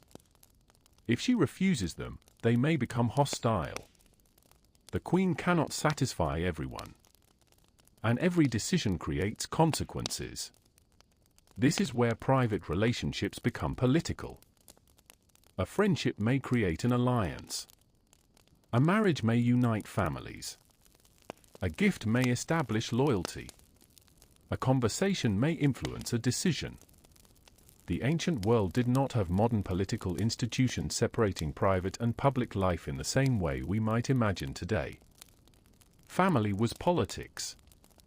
Marriage was politics. Inheritance was politics. Children were politics. And the household itself could be a center of influence. Royal women understood this world because they lived inside it. They had to. Their survival could depend upon it. A queen who failed to understand court politics might endanger herself and her children. A queen who understood it could protect her family. This does not mean every queen was secretly controlling the empire. That would be another exaggeration. But it does mean that the simplistic picture of women as powerless is wrong. Power existed on many levels. The king had supreme authority. But the people around him could influence what information reached him. They could recommend, advise, persuade, warn, encourage, and sometimes simply provide companionship. A trusted person could become important without possessing an official title. This is true in every society. It was certainly true in ancient courts. The queen's position therefore gave her something valuable. Access. She might be able to speak to the king at times when others could not. She might know what concerned him. She might understand his family. She might know which officials he trusted. And because of this, others might seek her support. This could create the appearance that she controlled the king. But influence and control are not the same thing. A queen might persuade her husband. That does not mean she ruled him. A mother might advise her son. That does not mean she commanded him. A woman might protect her relatives. That does not mean she controlled the government. History often turns these subtle relationships into dramatic stories. The queen becomes the hidden ruler. The king becomes her puppet. And the palace becomes a place where everything is supposedly decided in secret. Such stories are compelling. But reality was probably more complicated. Kings had their own advisors. Officials had their own interests. Generals had their own power. Noble families had their own networks. And the empire was far too large to be controlled by one person behind one palace door. Still, the queen mattered. She was part of the network. And sometimes being part of the network was enough to change events. This is perhaps the most important thing to remember as we continue. The scandalous reputation of a Persian queen cannot be separated from her power. The more powerful she was, the more attention she attracted. The more attention she attracted, the more stories surrounded her. And the more stories surrounded her, the easier it became to portray her private life as dangerous. Perhaps this was not accidental. Perhaps the scandal was useful. If a woman could influence a king, attacking her reputation could weaken that influence. If her family was rising, rumors could damage their position. If her children were becoming important, accusations could undermine their legitimacy. In the royal court, reputation was not merely personal. It could be political currency. And a damaged reputation could become a political weapon. The sun sets again over the Persian palace. The great columns turn dark against the evening sky. Servants begin lighting lamps. The royal household gathers for another night. Somewhere inside, a woman with wealth and influence prepares for another evening. Perhaps she is discussing family matters. Perhaps she is receiving visitors. Perhaps she is simply resting. We cannot know. But centuries later, someone may tell the story differently. They may say that the queen was surrounded by lovers. They may say that she was consumed by pleasure. They may say that she manipulated everyone around her. And the more powerful she was, the easier those accusations became to believe. Because when a woman stands close to the throne, people rarely ask only what she did. They ask what she might have been capable of. And sometimes, that question creates a legend more powerful than the truth. Wealth, influence, and the price of power. Power in ancient Persia did not always announce itself. Sometimes it arrived quietly, carried in the hands of a servant. Sometimes it appeared as a sealed letter. Sometimes it was represented by an estate, a household, a herd of animals, or a storehouse filled with grain. And sometimes it was simply the ability to be heard. For a royal woman, these forms of influence could become surprisingly important. A queen who possessed wealth did not live in the same world as an ordinary woman. Her household could be large. Her possessions could be valuable. Her servants could number many. Her connections could extend across the royal court. And because resources were limited, the ability to control them created influence. The Persian Empire was built on systems of agriculture, taxation, labor, transportation, and administration. Behind the magnificent palaces were fields. Behind the royal banquets were farmers. Behind the fine clothing were textile workers. Behind the jewelry were miners, craftsmen, traders, and artisans. A queen's wealth therefore connected her to hundreds, perhaps thousands, of people. This is one of the less dramatic sides of royal history. There were no whispers about a storehouse of grain. No legendary tale about a woman organizing servants. No epic poem about the administration of an estate. Yet these ordinary activities reveal something important. They reveal that royal women could possess economic lives. And economic lives could create independence. Not complete independence. The king remained the supreme authority. The society remained hierarchical. But within that hierarchy, a wealthy woman could have choices that a poor woman simply did not have. She could employ people. She could support relatives. She could maintain a household. She could distribute resources. She could possess valuable property. She could potentially reward loyalty. And she could become a person whom others wanted to keep on their side. That last part was particularly important. People gather around resources. A powerful household attracts people who want protection. A wealthy woman attracts people who want employment. A politically connected woman attracts people who want introductions. And a queen attracts people who want access to the king. This creates a network. The queen stands near the center. Around her are relatives, servants, administrators, nobles, friends, petitioners, and people who simply want to remain close to power. Such a network can become extremely influential, but it can also become dangerous, because every person within the network has their own ambitions. One person may want wealth. Another wants a position. Another wants protection. Another wants revenge. Another wants access to the king.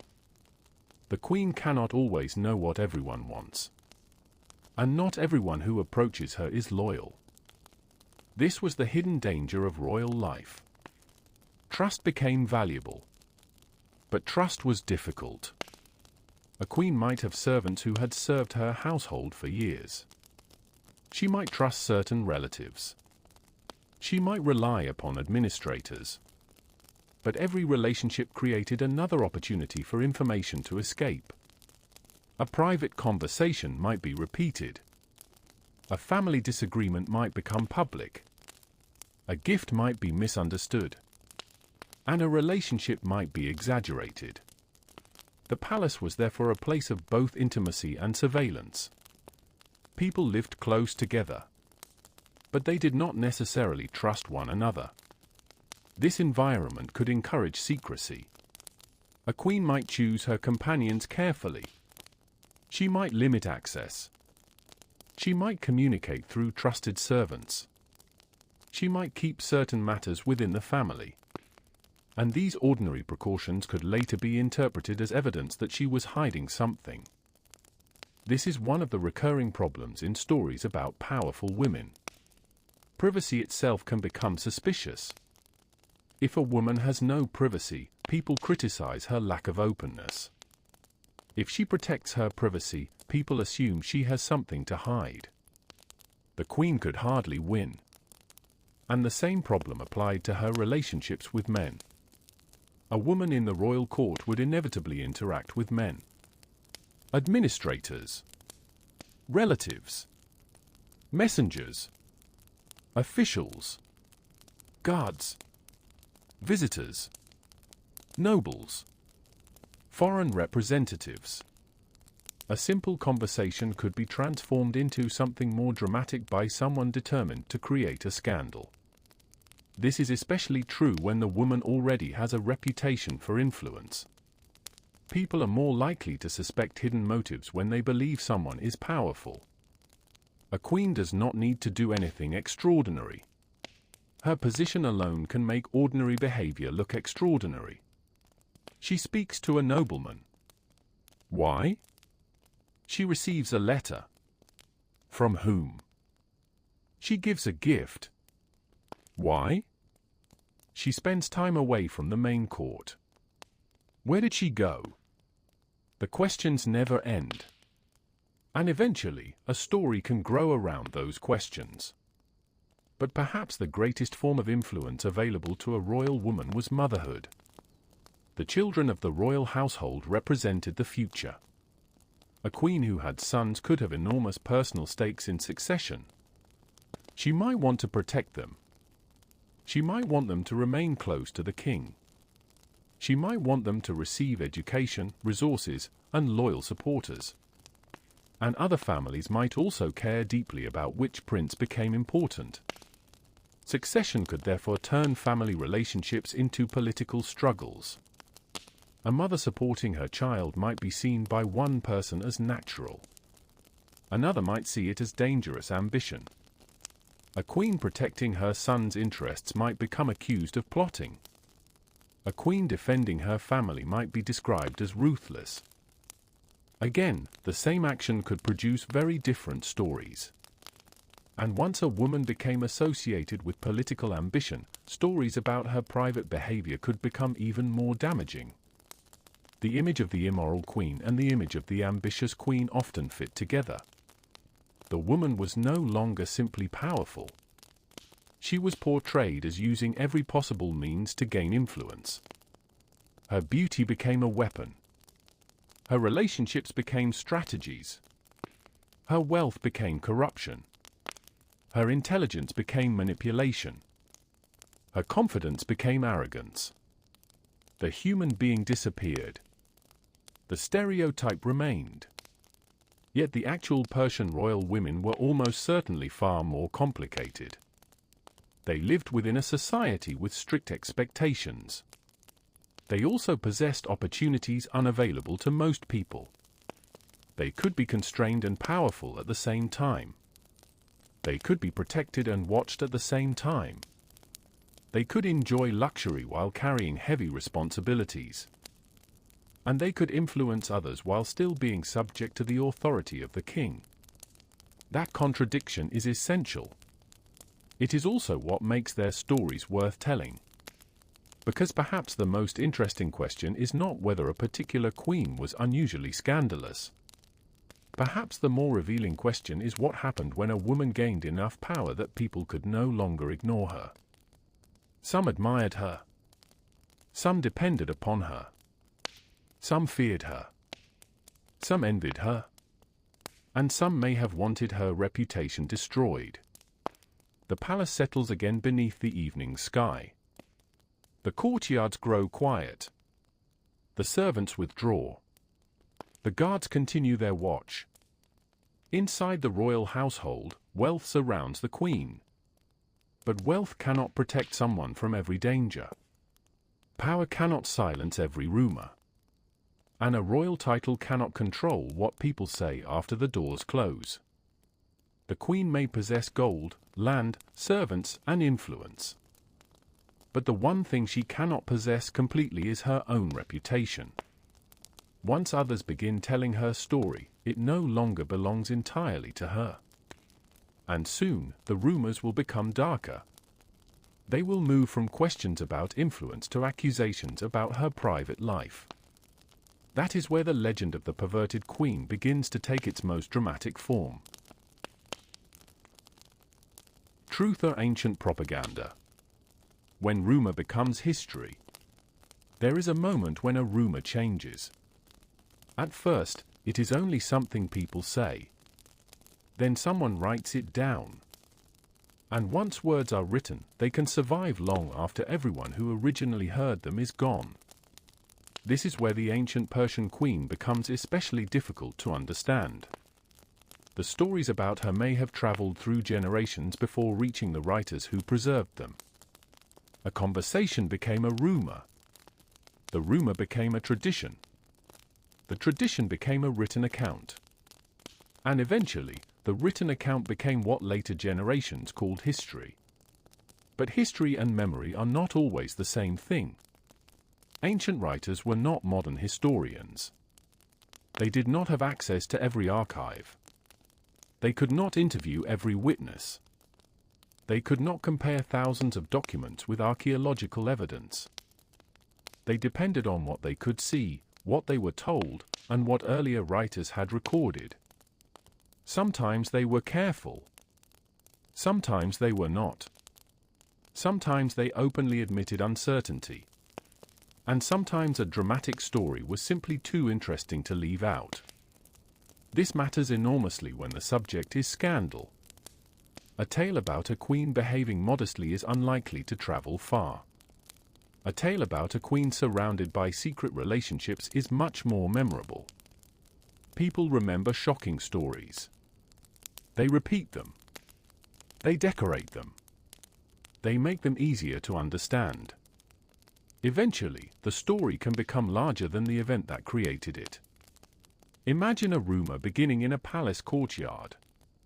Perhaps someone claims that the queen favored a particular nobleman. Nobody knows why.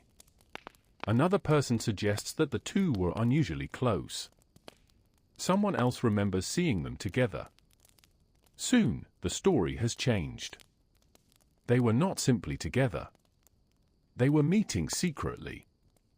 Then they were supposedly meeting at night. Then the relationship becomes scandalous. The final version may contain almost nothing from the original event. Yet it feels convincing because so many people have repeated it. This is the danger of repetition. We often assume that if many people say the same thing, it must be true. But sometimes many people say the same thing because they all heard the same original rumor. Repetition creates confidence without necessarily creating evidence. Ancient societies understood this too. Gossip was not a modern invention. People whispered about rulers. They criticized neighbors. They exaggerated stories. They remembered events differently. They blamed enemies. They created explanations for things they did not understand.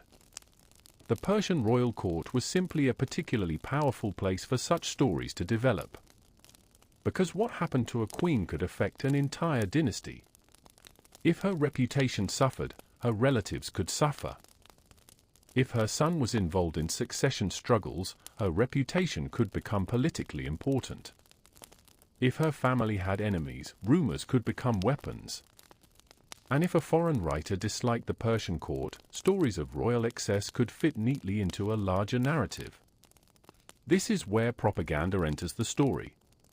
Propaganda does not always mean a completely invented lie. Sometimes it means presenting one side of reality while ignoring another. A queen may genuinely have possessed enormous wealth. A writer can describe that wealth as evidence of decadence. A queen may genuinely have influenced the king. A writer can describe that influence as manipulation. A royal banquet may genuinely have been extravagant. A writer can use it to portray the entire court as obsessed with pleasure.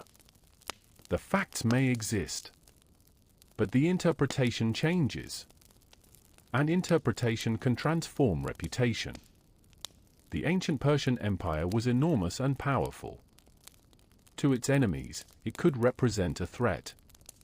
To its subjects, it could represent authority. To foreign visitors, it could represent wealth and unfamiliar customs. These different perspectives created different stories. A Persian royal woman might see herself as a member of a powerful family fulfilling important responsibilities. A foreign writer might see her as a symbol of Oriental luxury. A political rival might see her as an obstacle. A later storyteller might see her as a fascinating character. All could describe the same woman differently. So when we encounter the word perverted, we should immediately become cautious. What does the word actually prove? Very little. It tells us that someone judged the woman's behavior according to a particular standard. It does not automatically tell us what happened. And even if the behavior happened, the meaning of that behavior may have been different in its original context. Ancient sexuality was not identical to modern sexuality.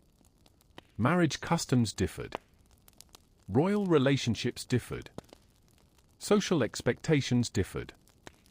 Ideas about gender differed. And the boundaries of acceptable behavior could vary between cultures. A modern label can therefore hide more than it reveals. The real historical questions are more precise.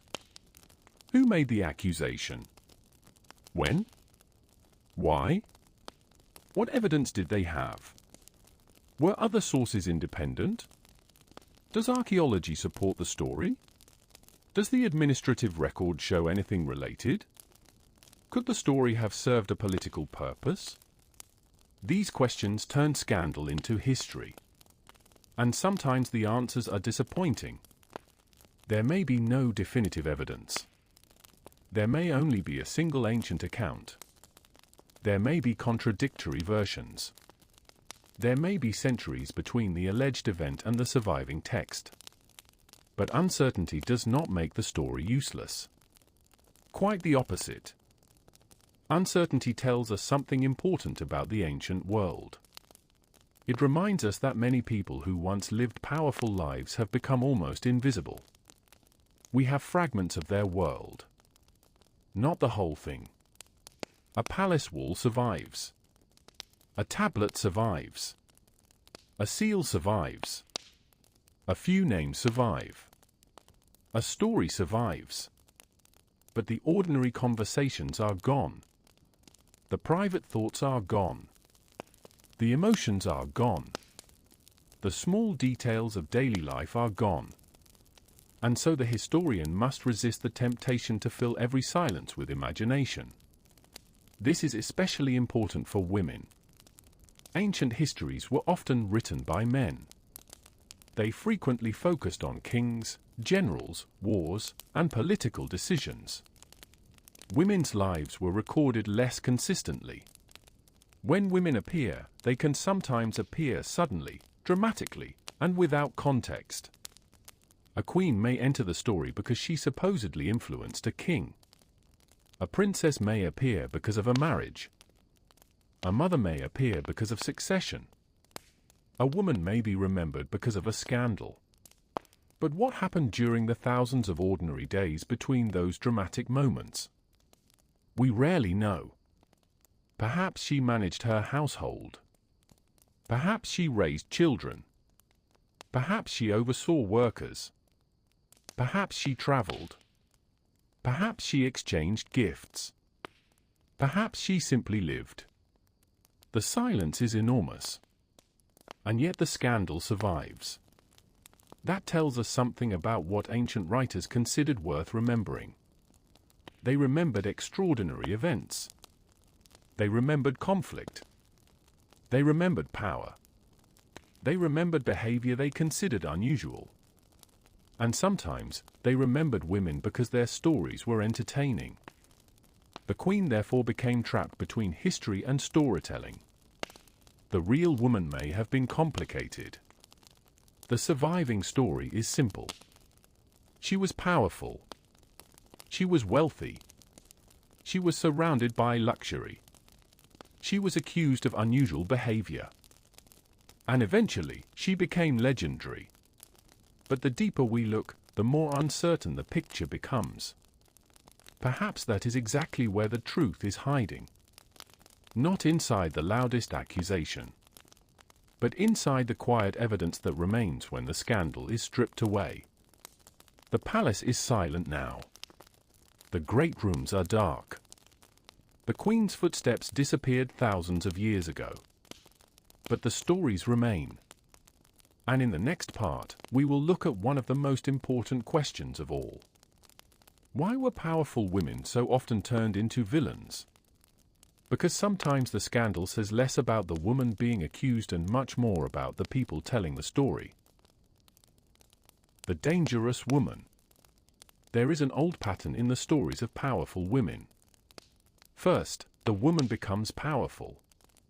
Then people become curious about her. Then they begin to question her. And eventually, the woman becomes dangerous. Not necessarily because she has done something terrible. Sometimes, she is dangerous simply because she has influence. Ancient Persia was a world of kings, dynasties, noble families, and complicated relationships. Within that world, a woman close to the throne could matter enormously. She could be the wife of a king, the mother of a prince, the daughter of a powerful family, the owner of valuable property, the head of a large household, or a trusted person within the royal family. None of these positions automatically made a woman immoral. But they made her important. And important people attract stories. A powerful man could be described as ambitious. A powerful woman could be described as manipulative. A man who enjoyed luxury could be described as magnificent. A woman who enjoyed luxury could be described as vain. A man surrounded by admirers might be called charismatic. A woman surrounded by admirers might become the subject of scandal. The difference was not always in what people did. Sometimes it was in how people interpreted what they saw. This is one reason the reputation of a queen could become so complicated. Her wealth was visible. Her household was visible. Her relationships were visible. Her influence was sometimes visible. But her intentions were invisible. Nobody could look into another person's thoughts. So people guessed. And guesses became stories. Imagine a queen receiving a wealthy nobleman. Perhaps they discuss an estate. Perhaps he has brought a message. Perhaps he is asking for assistance. The meeting itself may be completely ordinary, but someone outside the room does not know what was said. They only know that the meeting happened. That uncertainty creates space for imagination. Maybe the queen favors him. Maybe he is trying to gain influence. Maybe they are friends. Maybe they are lovers. Maybe they simply have business to discuss. 5 explanations are possible. But the most dramatic explanation is often the one people remember. This is how the private life of a royal woman could become public entertainment. And once the accusation involved sexuality, the consequences could be particularly severe. Sexual reputation was closely connected to family honor.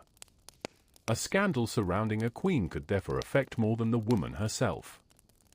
It could affect her children, her relatives, her allies, her husband's reputation, even the legitimacy of political relationships. That made sexual accusations powerful weapons. A rival did not necessarily need to prove anything. The accusation itself could create suspicion. And suspicion could be enough. This does not mean every scandalous accusation was deliberately invented. Human relationships are complicated. Royal courts were not immune to jealousy, affection, betrayal, or desire. People living thousands of years ago experienced the same basic emotions that people experience today. They fell in love. They became jealous. They wanted attention. They sought companionship. They made mistakes. They kept secrets. They lied. They told the truth. They regretted decisions. The ancient world was not emotionally different simply because it was ancient. What differed were the social rules surrounding those emotions. A queen lived under expectations that an ordinary woman might not have faced. Her marriage could matter to an entire dynasty. Her children could matter to succession. Her behavior could be interpreted politically. Her private relationships could become public concerns. And this created a difficult contradiction. A royal woman could possess extraordinary freedom in some areas while being tightly controlled in others. She might have wealth that most women could never imagine. She might command servants. She might manage property. She might travel with the royal household. But she could not necessarily escape the expectations placed upon her position. Her reputation had value. Her family's reputation had value. Her children's future had value. And the court knew it. This is why the image of the dangerous woman appears so often in ancient storytelling. A woman who crosses social boundaries can become a convenient explanation for political problems. If a king makes a poor decision, perhaps someone influenced him. If a succession becomes contested, perhaps someone was plotting. If a family gains unusual influence, perhaps the queen is responsible. The complexity of politics is reduced to the actions of one woman. It is a simple story. And simple stories survive. But empires rarely rise or fall because of one person's private behavior. The Persian Empire was far too large and complicated for that. Wars, succession struggles, administrative problems, economic pressures, local revolts, foreign enemies, and countless other factors shaped its history. A queen could influence events.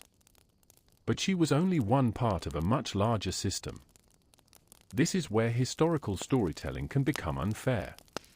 A powerful woman is transformed into the explanation for everything. Her private life becomes more important than her political environment.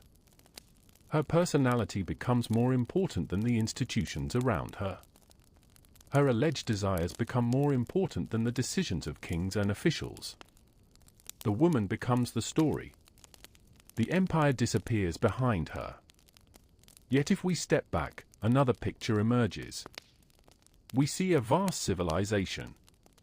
We see royal roads crossing enormous distances. We see administrators recording supplies.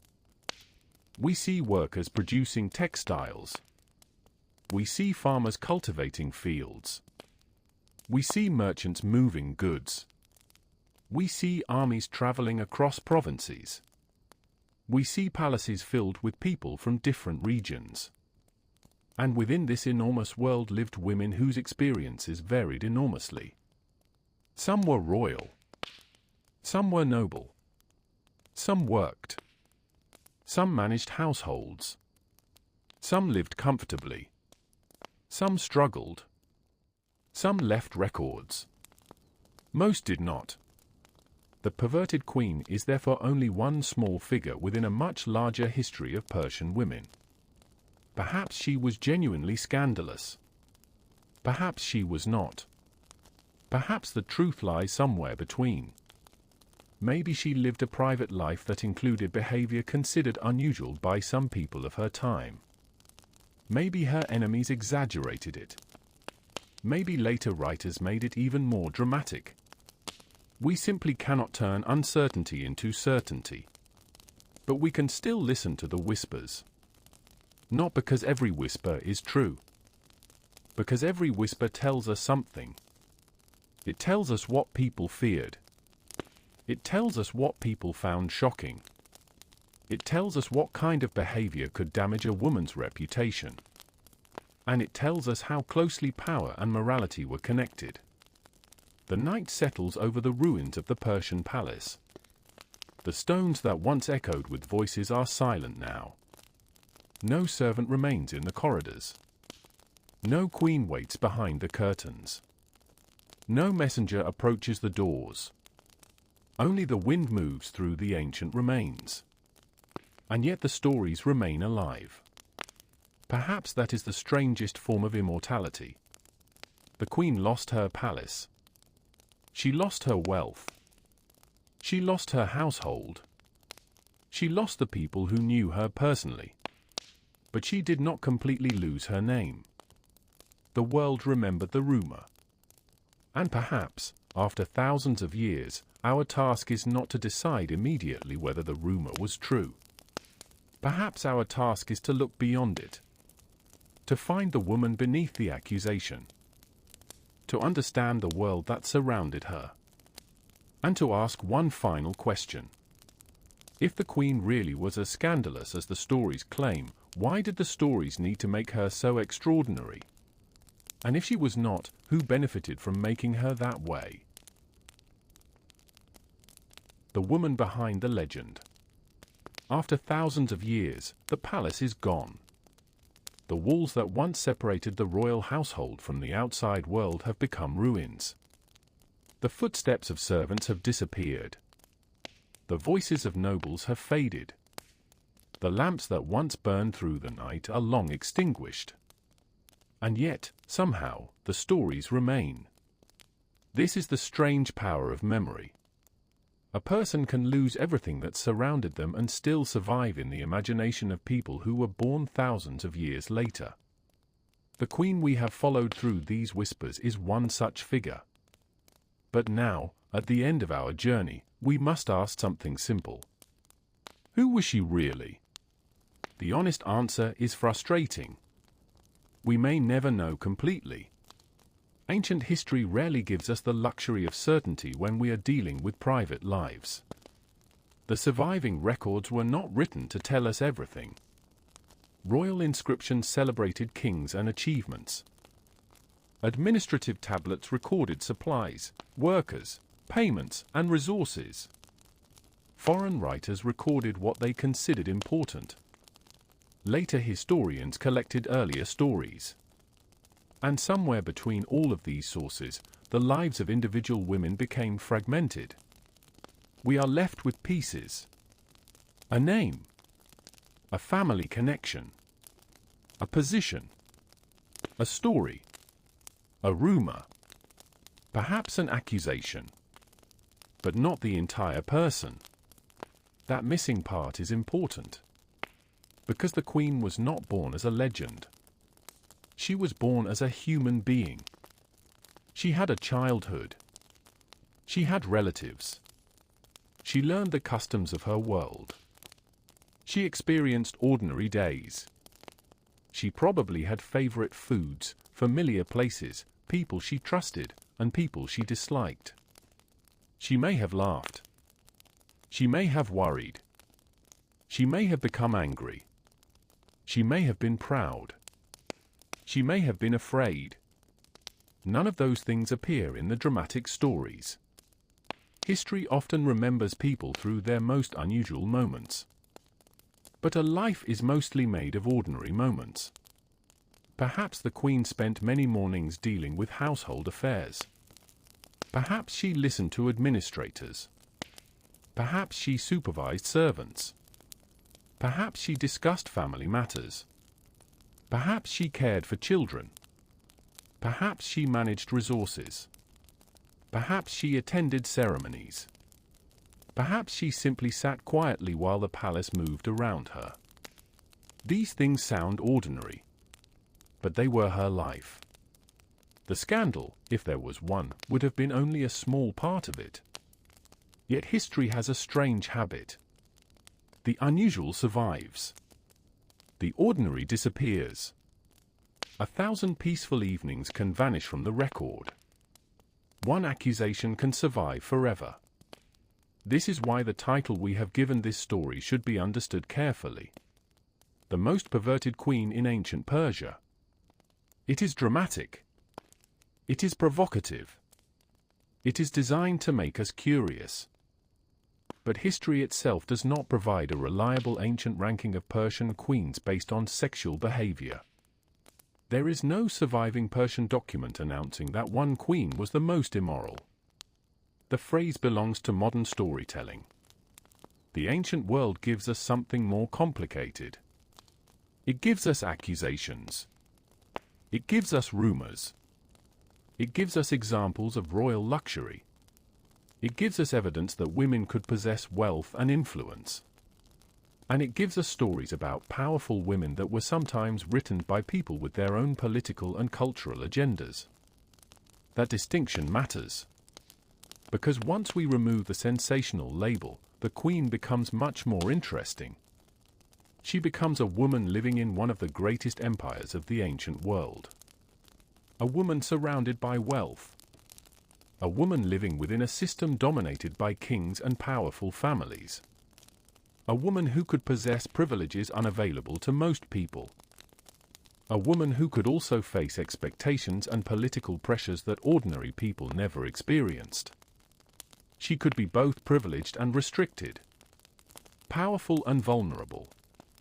Admired and criticized. Protected and watched. These contradictions make her human. And perhaps that is what the legends hide. The more dramatic the story becomes, the less human the woman appears. She becomes a symbol. A warning. A villain. A fantasy. A convenient explanation for the fears of other people. But she was never only that. She lived. She aged. She experienced time. She watched people around her disappear. She probably witnessed changes inside the royal family. She knew that political fortunes could change.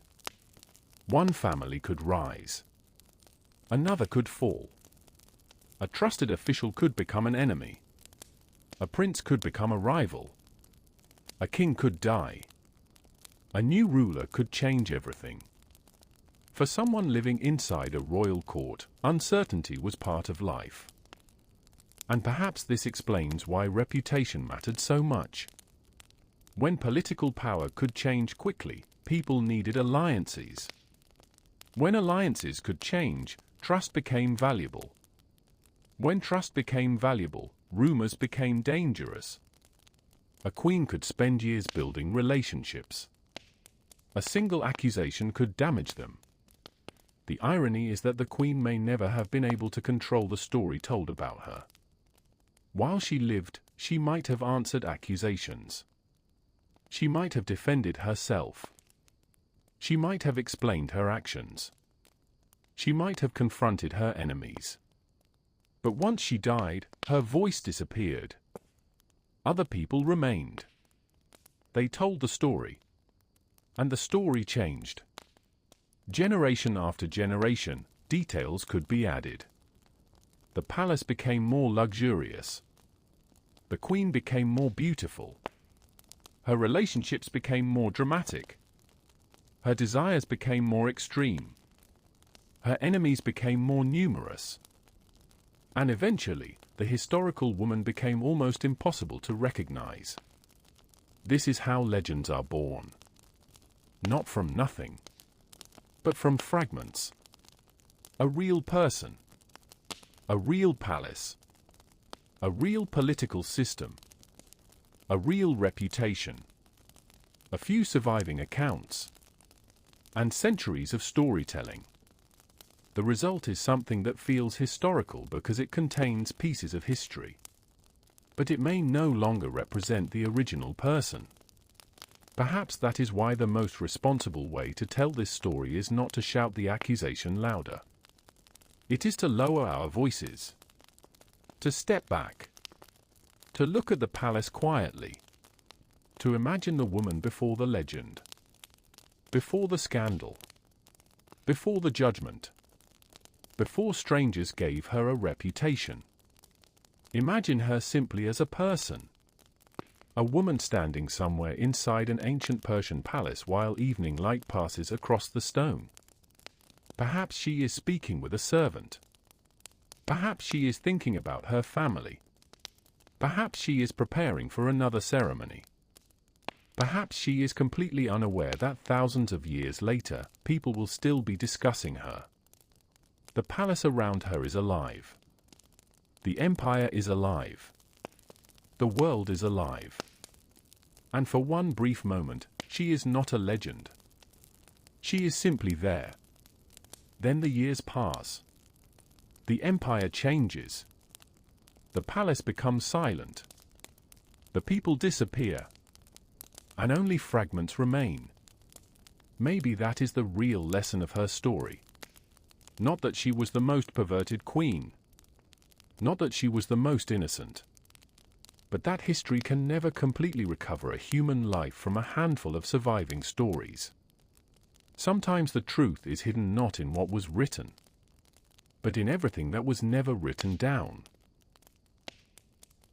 The woman behind the legend. When the palace fell silent. Eventually, every palace becomes quiet. The voices disappear. The servants leave. The lamps go out. The doors that once opened for kings and queens remain closed. And the people who once seemed powerful become memories. The Persian palaces were built to make power feel permanent.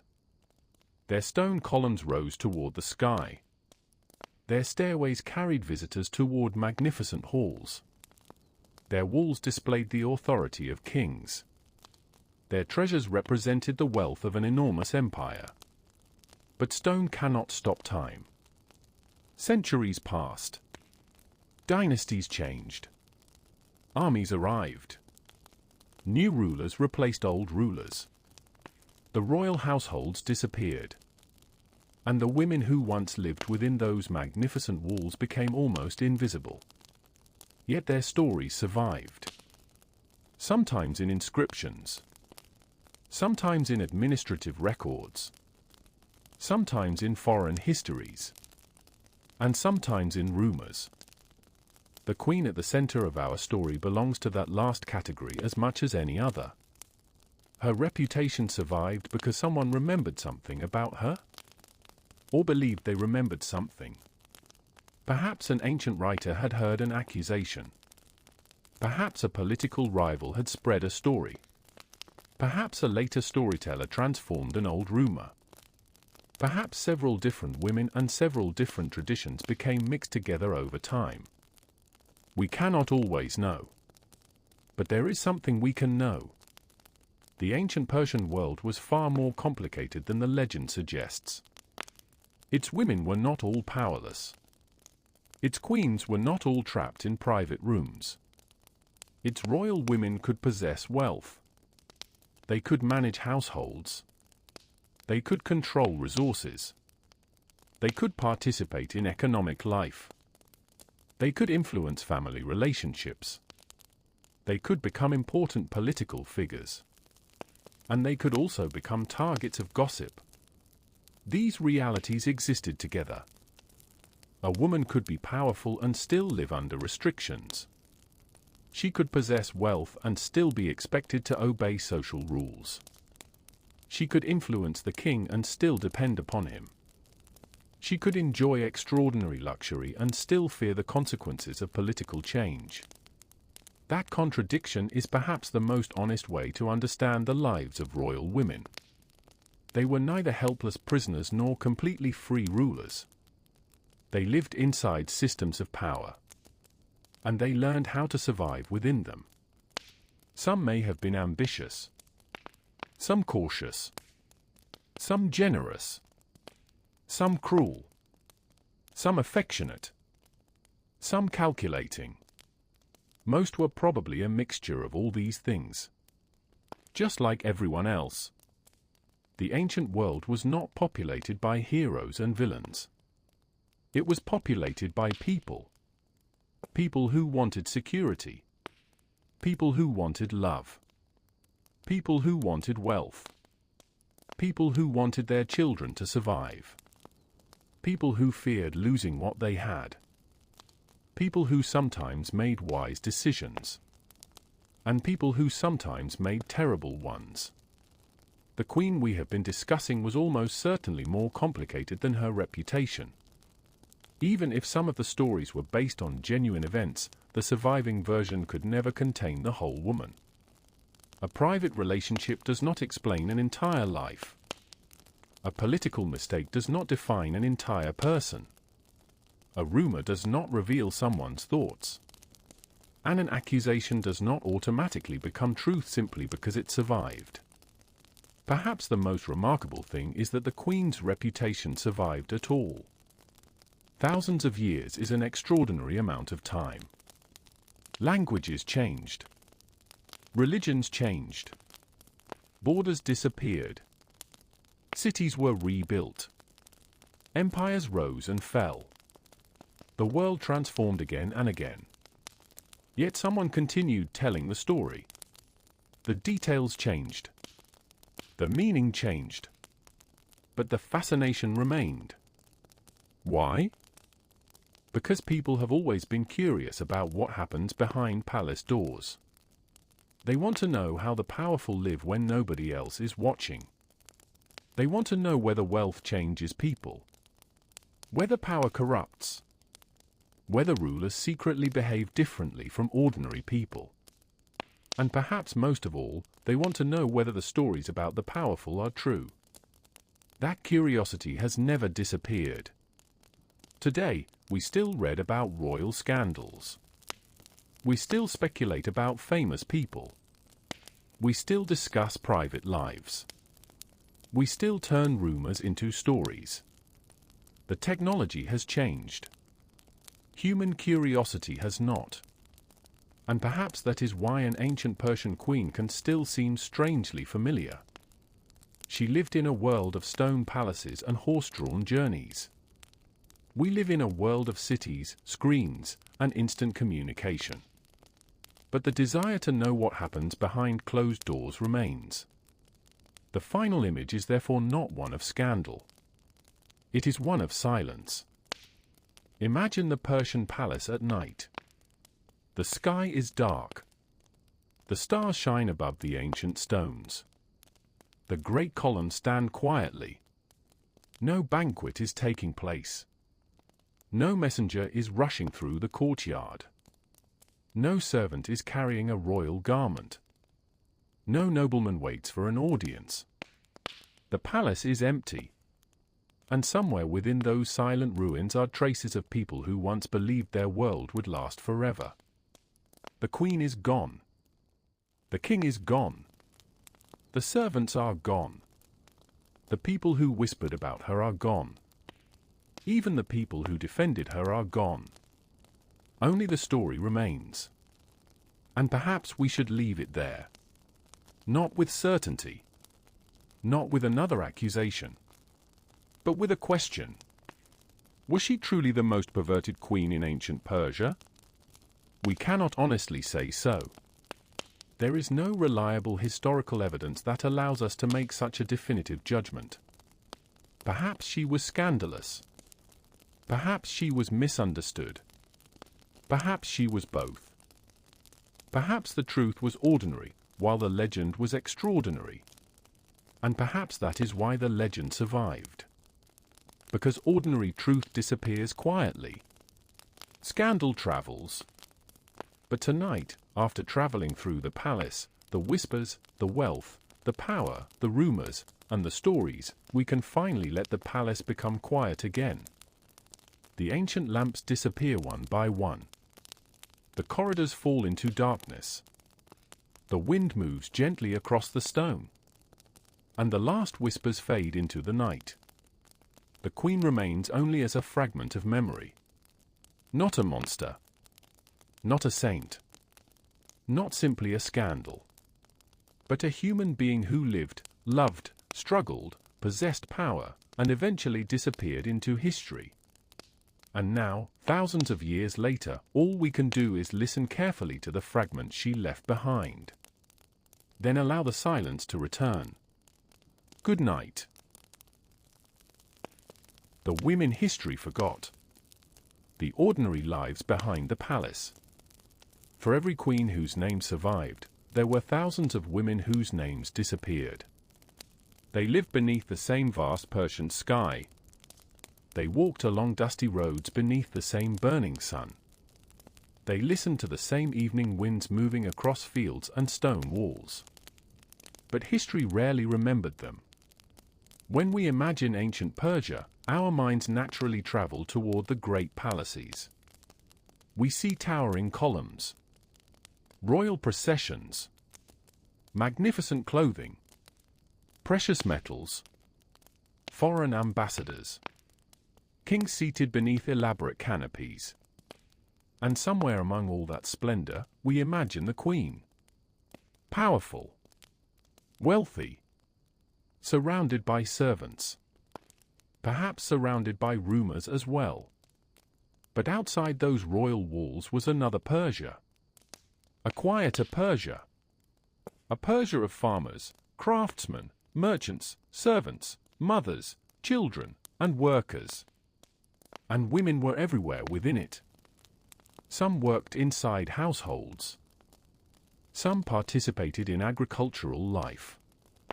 Some were involved in textile production and other forms of labor. Some belonged to wealthy families and managed substantial households. Others possessed very little. Their lives could be completely different from one another. Yet they shared something with the queen. They all lived within a world where family mattered enormously. A woman's family could determine much of her life. Marriage could change her household. Children could become her greatest responsibility. Relatives could provide support. And family disagreements could become serious problems. For an ordinary woman, there was no enormous palace surrounding her. There might be a modest home of mud brick. A simple courtyard. Clay vessels. Woven textiles. A few possessions carefully protected because replacing them would be difficult. The morning might begin before sunrise. There would be water to collect. Food to prepare. Children to care for. Work to organize. Animals to tend. And perhaps agricultural work waiting beyond the household. The day could be long. And unlike the queen, there would be little chance of anyone writing about it. No royal historian would record how carefully she prepared a meal. No inscription would describe her tired hands. No monument would celebrate the moment she comforted a frightened child. Yet these small moments were the foundation of society. An empire could have magnificent palaces only because ordinary people produced the food, materials, clothing, and labor that supported them. Behind every royal feast were countless unseen hands. Behind every beautiful textile were workers. Behind every storehouse were people who cultivated, transported, measured, and organized supplies. And among those people were women. This is why administrative records can sometimes be more revealing than dramatic legends.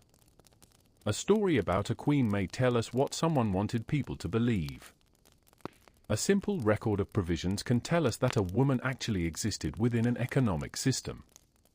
It may tell us that she received goods, that she belonged to a household, that she performed work, that she was part of a community.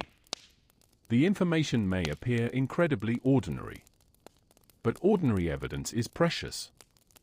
Because the ancient world was filled with people who never became famous. Most of them left no statues, no grand tombs, no long biographies. Their lives simply passed. A woman woke. She worked. She ate. She spoke with her family. She worried about tomorrow. She slept. Then another day began. And another. Perhaps she dreamed about a better life. Perhaps she was satisfied with the life she had. Perhaps she wished to marry. Perhaps she feared marriage. Perhaps she worried about her children. Perhaps she worried about food. Perhaps she worried about illness. We cannot know the private thoughts of most ancient Persian women. Their silence is enormous. But silence does not mean they lacked stories. It means their stories were not preserved. The queen was different. Her position made people notice her. If she entered a hall, people knew. If she received a visitor, people noticed. If she possessed great wealth, people talked. If she became involved in political affairs, historians might record it. And if rumors surrounded her private life, those rumors could survive for centuries. The ordinary woman had no such protection from being forgotten. Ironically, her anonymity may have been the safest thing about her. She could live without becoming a legend. The queen could not. Every action near the throne could acquire meaning. Every friendship could become suspicious. Every disagreement could become political. Every unusual behavior could become a story. And eventually, those stories could become more famous than the woman herself. But perhaps we should not envy her.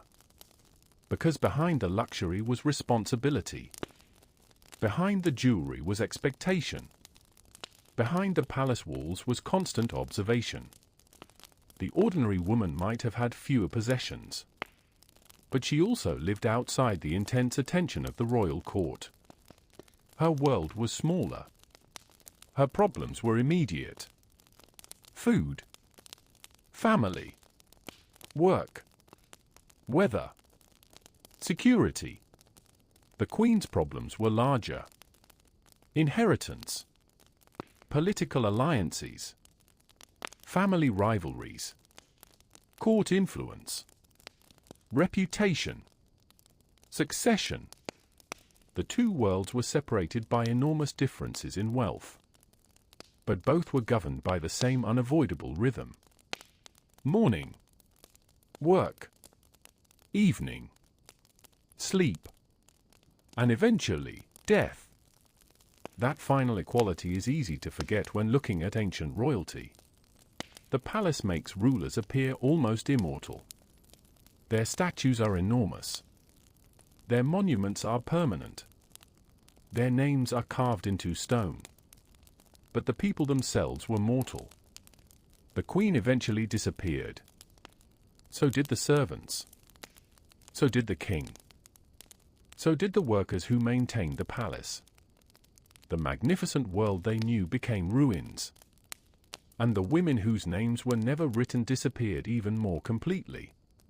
Perhaps that is why we should pause before judging the queen only through the scandal surrounding her. She belonged to a much larger world of women. Women whose lives were quieter. Women whose lives were harder to reconstruct. Women who did not have the privilege of having their mistakes turned into history. The Queen's story survived because someone thought it was worth telling. Thousands of other women left no story behind. And somewhere beneath the dust of ancient Persia, their forgotten lives remain connected to hers. Because before there was a queen, there was a society. Before there were palace rumors, there were ordinary households. And before history remembered one powerful woman, there were countless women simply trying to live through another day. The palace lights would eventually fade. The royal court would eventually disappear. But outside those walls, life continued. Women. The women without names. History remembers names. But most people who ever lived had none that survived. This was especially true for women. A queen might have her name carved into records because she belonged to the royal family. A noble woman might appear because she controlled property. A wealthy woman might appear in an administrative document. But for countless others, there is nothing. No portrait. No biography. No story describing what they thought or felt. Only silence. And yet these unnamed women were everywhere. They lived in villages scattered across the Persian Empire. They lived in cities filled with merchants and craftsmen. They worked on estates. They belonged to wealthy households. They raised children. They prepared food. They produced textiles. They carried out the countless tasks required to keep a household functioning. Their lives rarely became historical events. And perhaps that is why they are so difficult to see. When we look at an ancient palace, we can still imagine its inhabitants. The columns remain. The stairways remain. The carved figures remain. The inscriptions remain. But the ordinary home has almost disappeared. The woven mat has decayed. The wooden tools have vanished. The food has been eaten. The voices have gone. The woman who once sat beside a small lamp has left almost no trace. Yet she was no less real than the queen. She experienced the same passage of time. A child became an adult. An adult grew older. Seasons changed. People arrived. People departed. Some days were difficult. Others were peaceful. Perhaps she had a favorite place to sit in the evening. Perhaps she knew the sound of a particular bird outside her home. Perhaps she recognized every person in her neighborhood. Perhaps she knew which merchant could be trusted. Perhaps she had a friend with whom she shared quiet conversations after the day's work. These details are invisible to history. But they were probably the details that made life meaningful. The ancient Persian world was not simply an empire of kings. It was a collection of millions of human lives. And women formed half of that human world. Their work supported families. Their families supported communities. Those communities supported cities.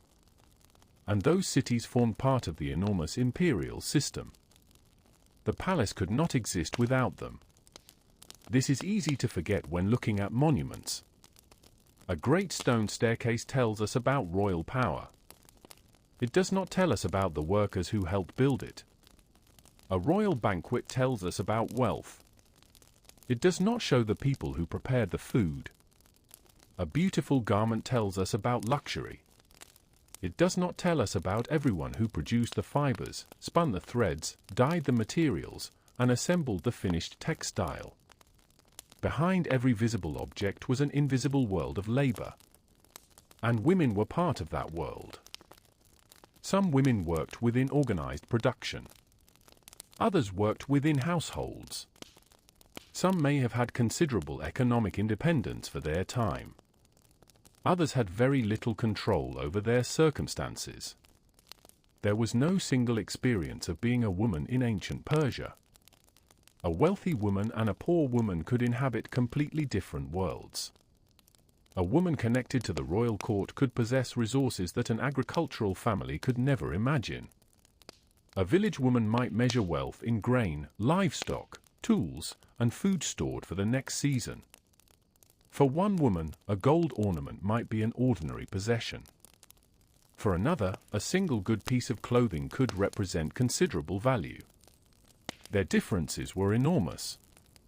Yet neither could escape the realities of the ancient world. Food had to be produced. Children had to be cared for.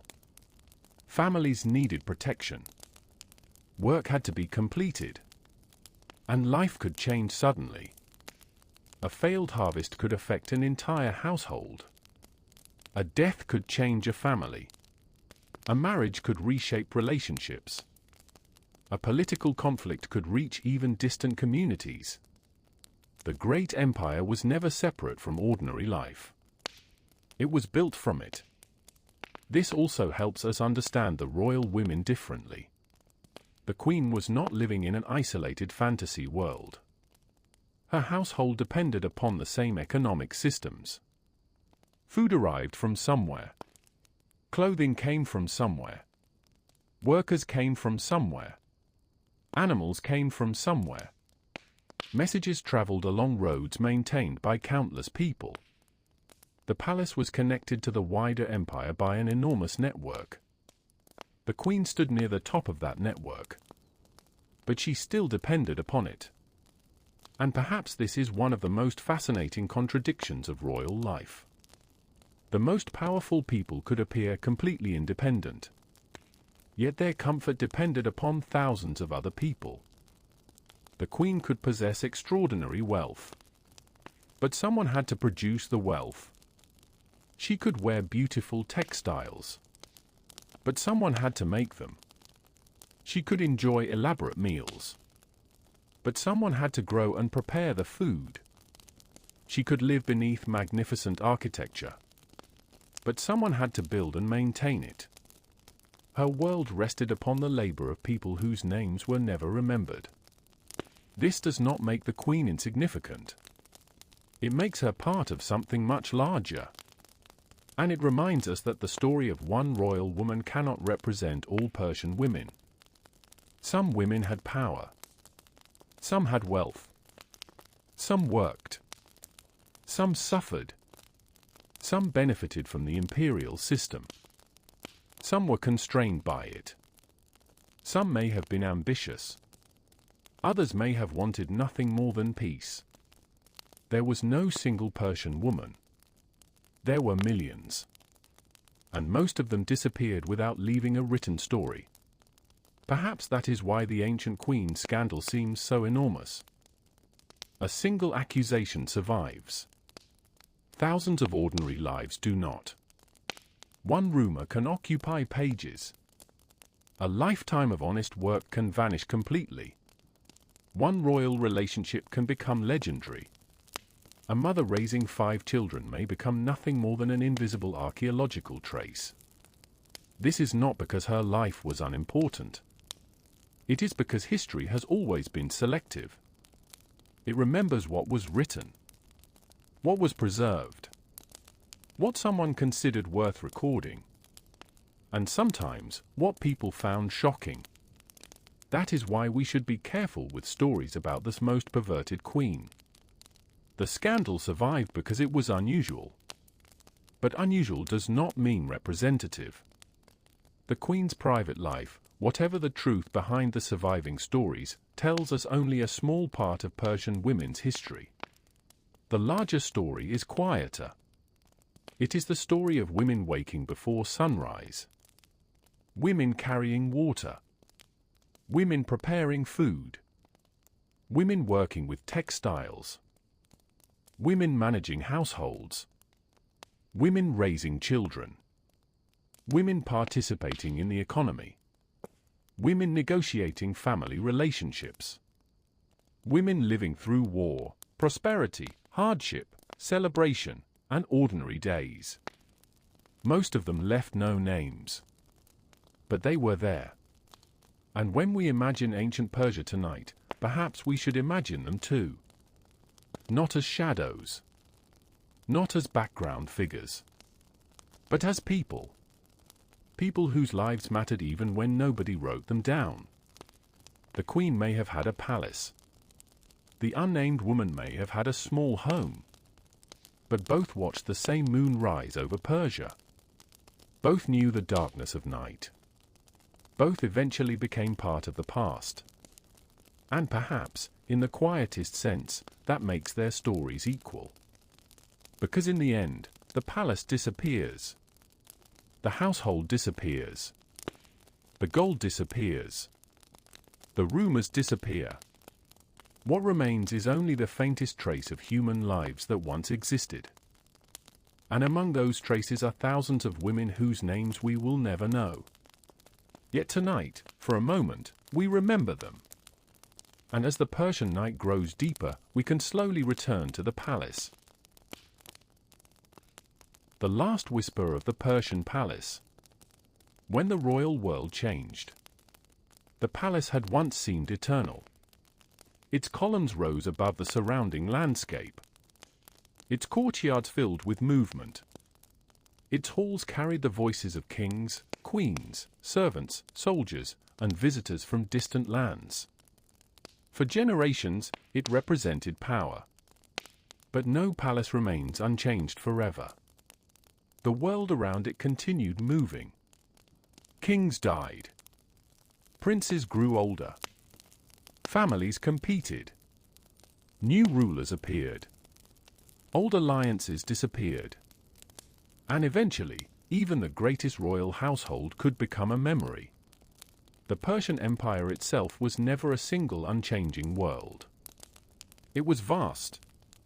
It contained many peoples, languages, traditions, and regions. Its rulers changed. Its political circumstances changed. And the royal court changed with them. For the women living inside that world, these changes could be deeply personal. A new king could mean a new balance of power. A marriage could create a new alliance. A death could suddenly change the position of an entire family. A prince who seemed unimportant one year could become central to the future. A woman who had been close to power could suddenly find herself distant from it. This was the uncertainty of palace life. Power could feel permanent when you possessed it. But everyone inside the palace knew, somewhere in the back of their minds, that it could disappear. The queen at the center of our story would have understood this. Whatever her true personality may have been, she lived in a world where reputation mattered. A royal woman's position depended upon many things. Family, marriage, children, wealth, connections, and the favor of those around the throne. Even enormous wealth could not guarantee safety forever. The palace could protect someone from ordinary hardship. It could surround a woman with servants. It could provide magnificent clothing, food, and shelter. But it could not protect her from time. And it could not guarantee that the people around her would remain loyal. This is why royal families constantly thought about succession. The future mattered. Who would rule? Who would inherit? Which family would remain powerful? Which relatives could be trusted? These questions could shape relationships inside the palace. And they could turn ordinary family disagreements into political problems. For a queen, her children could become especially important. A mother might want to protect her son. She might want him to remain close to the king. She might want him to receive opportunities. Another family might want something completely different. The result could be rivalry. And rivalry could create stories. If a powerful woman supported one side, opponents might accuse her of plotting. If she remained silent, people might wonder what she knew. If she acted, they might accuse her of ambition. Again, the queen could find herself trapped between interpretations. Her actions might be real, but the meaning assigned to them could change depending upon who told the story. Eventually, however, all of these political struggles became irrelevant to the woman herself. Because time continued, the royal household changed. The people she knew grew old. Some died. New people entered the palace. And eventually, she too disappeared from the world. This is the part of history that is rarely dramatic. No great music accompanies it. There is no final announcement. A person simply stops appearing in the records. 1 year, there are references. Later, there are none. The household continues. The palace continues. The empire continues. But that particular person is gone. Perhaps her death was mourned deeply. Perhaps only a few people remembered her.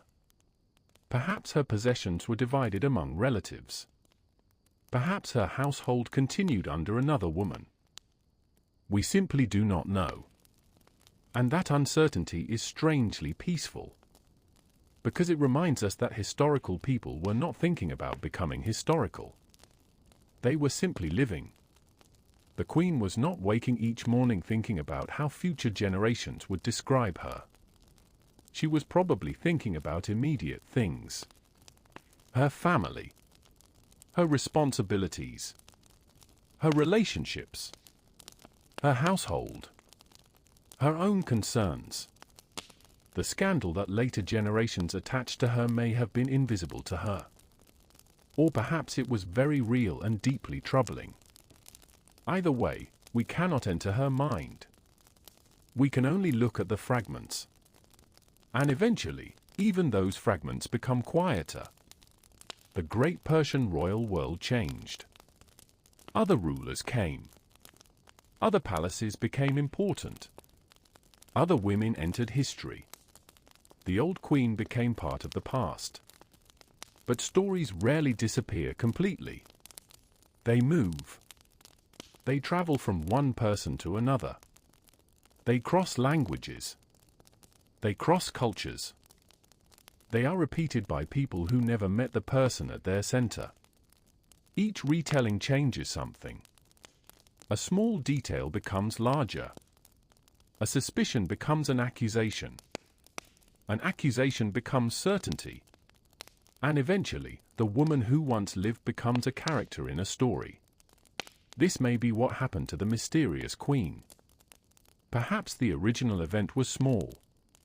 Perhaps it was significant. Perhaps it never happened in the way later storytellers described it. But once the story began traveling, it no longer belonged entirely to the woman.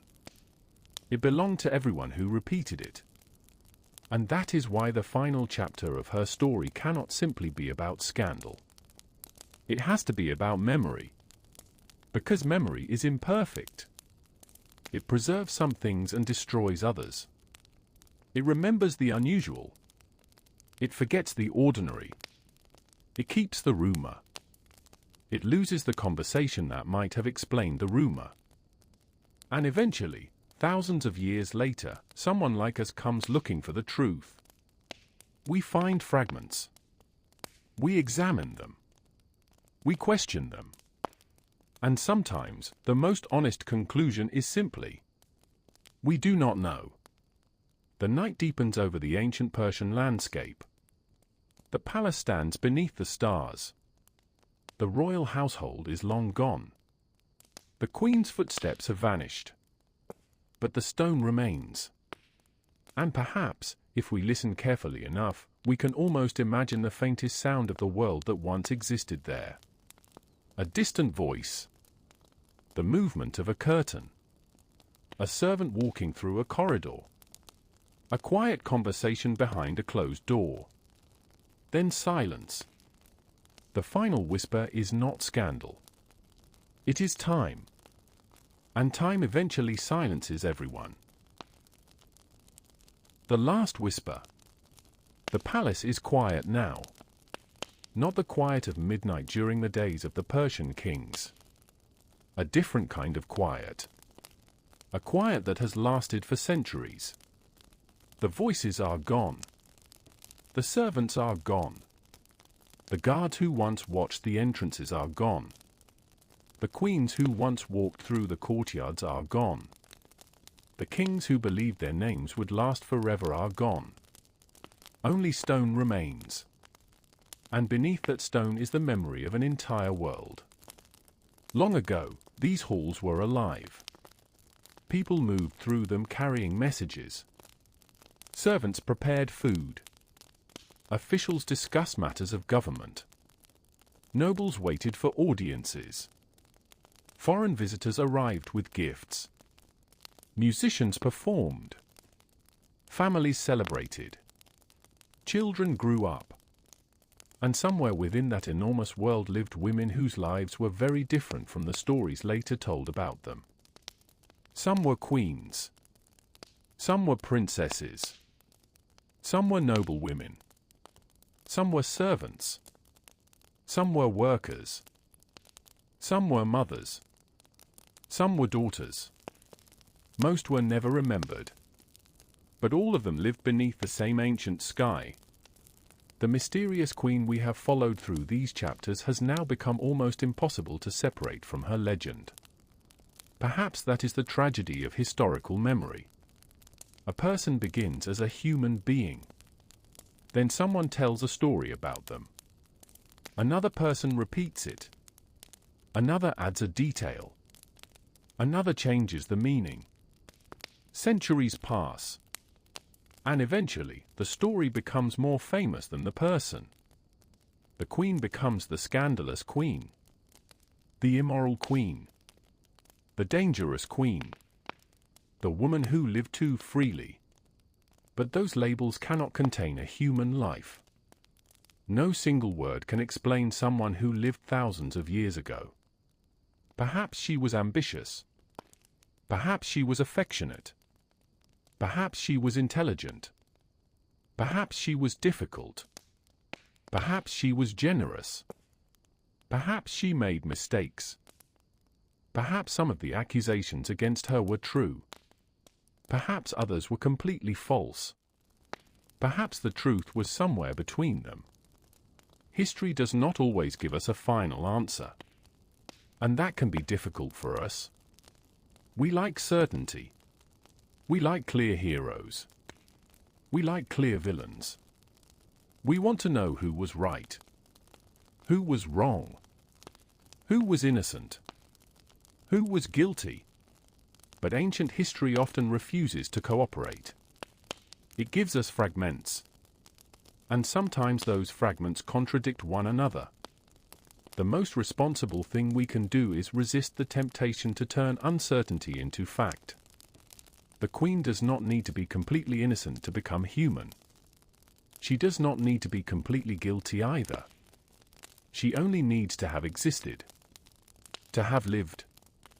To have made choices. To have experienced the world around her. That alone is enough. Because the real wonder is not that she became the subject of a scandal. The real wonder is that a human life from thousands of years ago can still make us curious today. Think about how much has disappeared. The clothes she wore may have vanished. The food she ate has disappeared. The sound of her voice is gone. The people she loved are gone. The conversations she had are gone. Her private thoughts are gone. Even the rooms in which she lived may now exist only as broken stones. And yet something remains. A story. A name. A rumor. A fragment. Perhaps that is what history really is. Not a perfect record of the past, but a collection of traces. We follow those traces as carefully as we can. We separate evidence from imagination. We distinguish what is known from what is merely claimed. And when the evidence ends, we allow the silence to remain. That silence is important, because the silence belongs to the people themselves. We should not fill every empty space with invented details. We should not pretend to know what nobody could know. Sometimes the most beautiful ending is simply to admit that the past still contains mysteries. The Persian palace is one of those mysteries. At night, the ruins must look very different from the way they once did. No bright fabrics hang from the walls. No servants hurry through the corridors. No royal procession approaches. The stone is exposed to the open sky. Wind passes through places where people once spoke. Moonlight falls across stairways where kings once walked. And somewhere in that silence, the old stories seem almost strangely small. The rumors, the accusations, the rivalries, the jealousies, the political struggles, all of them once seemed enormous. People may have believed those things mattered forever. But time reduced them to fragments. The queen's wealth disappeared. Her palace disappeared. Her enemies disappeared. Her admirers disappeared. Even the people who told stories about her disappeared. Only the echo remains. And perhaps that is why the final whisper of the Persian palace should not be about scandal. It should be about humanity. The queen was human. The unnamed women were human. The servants were human.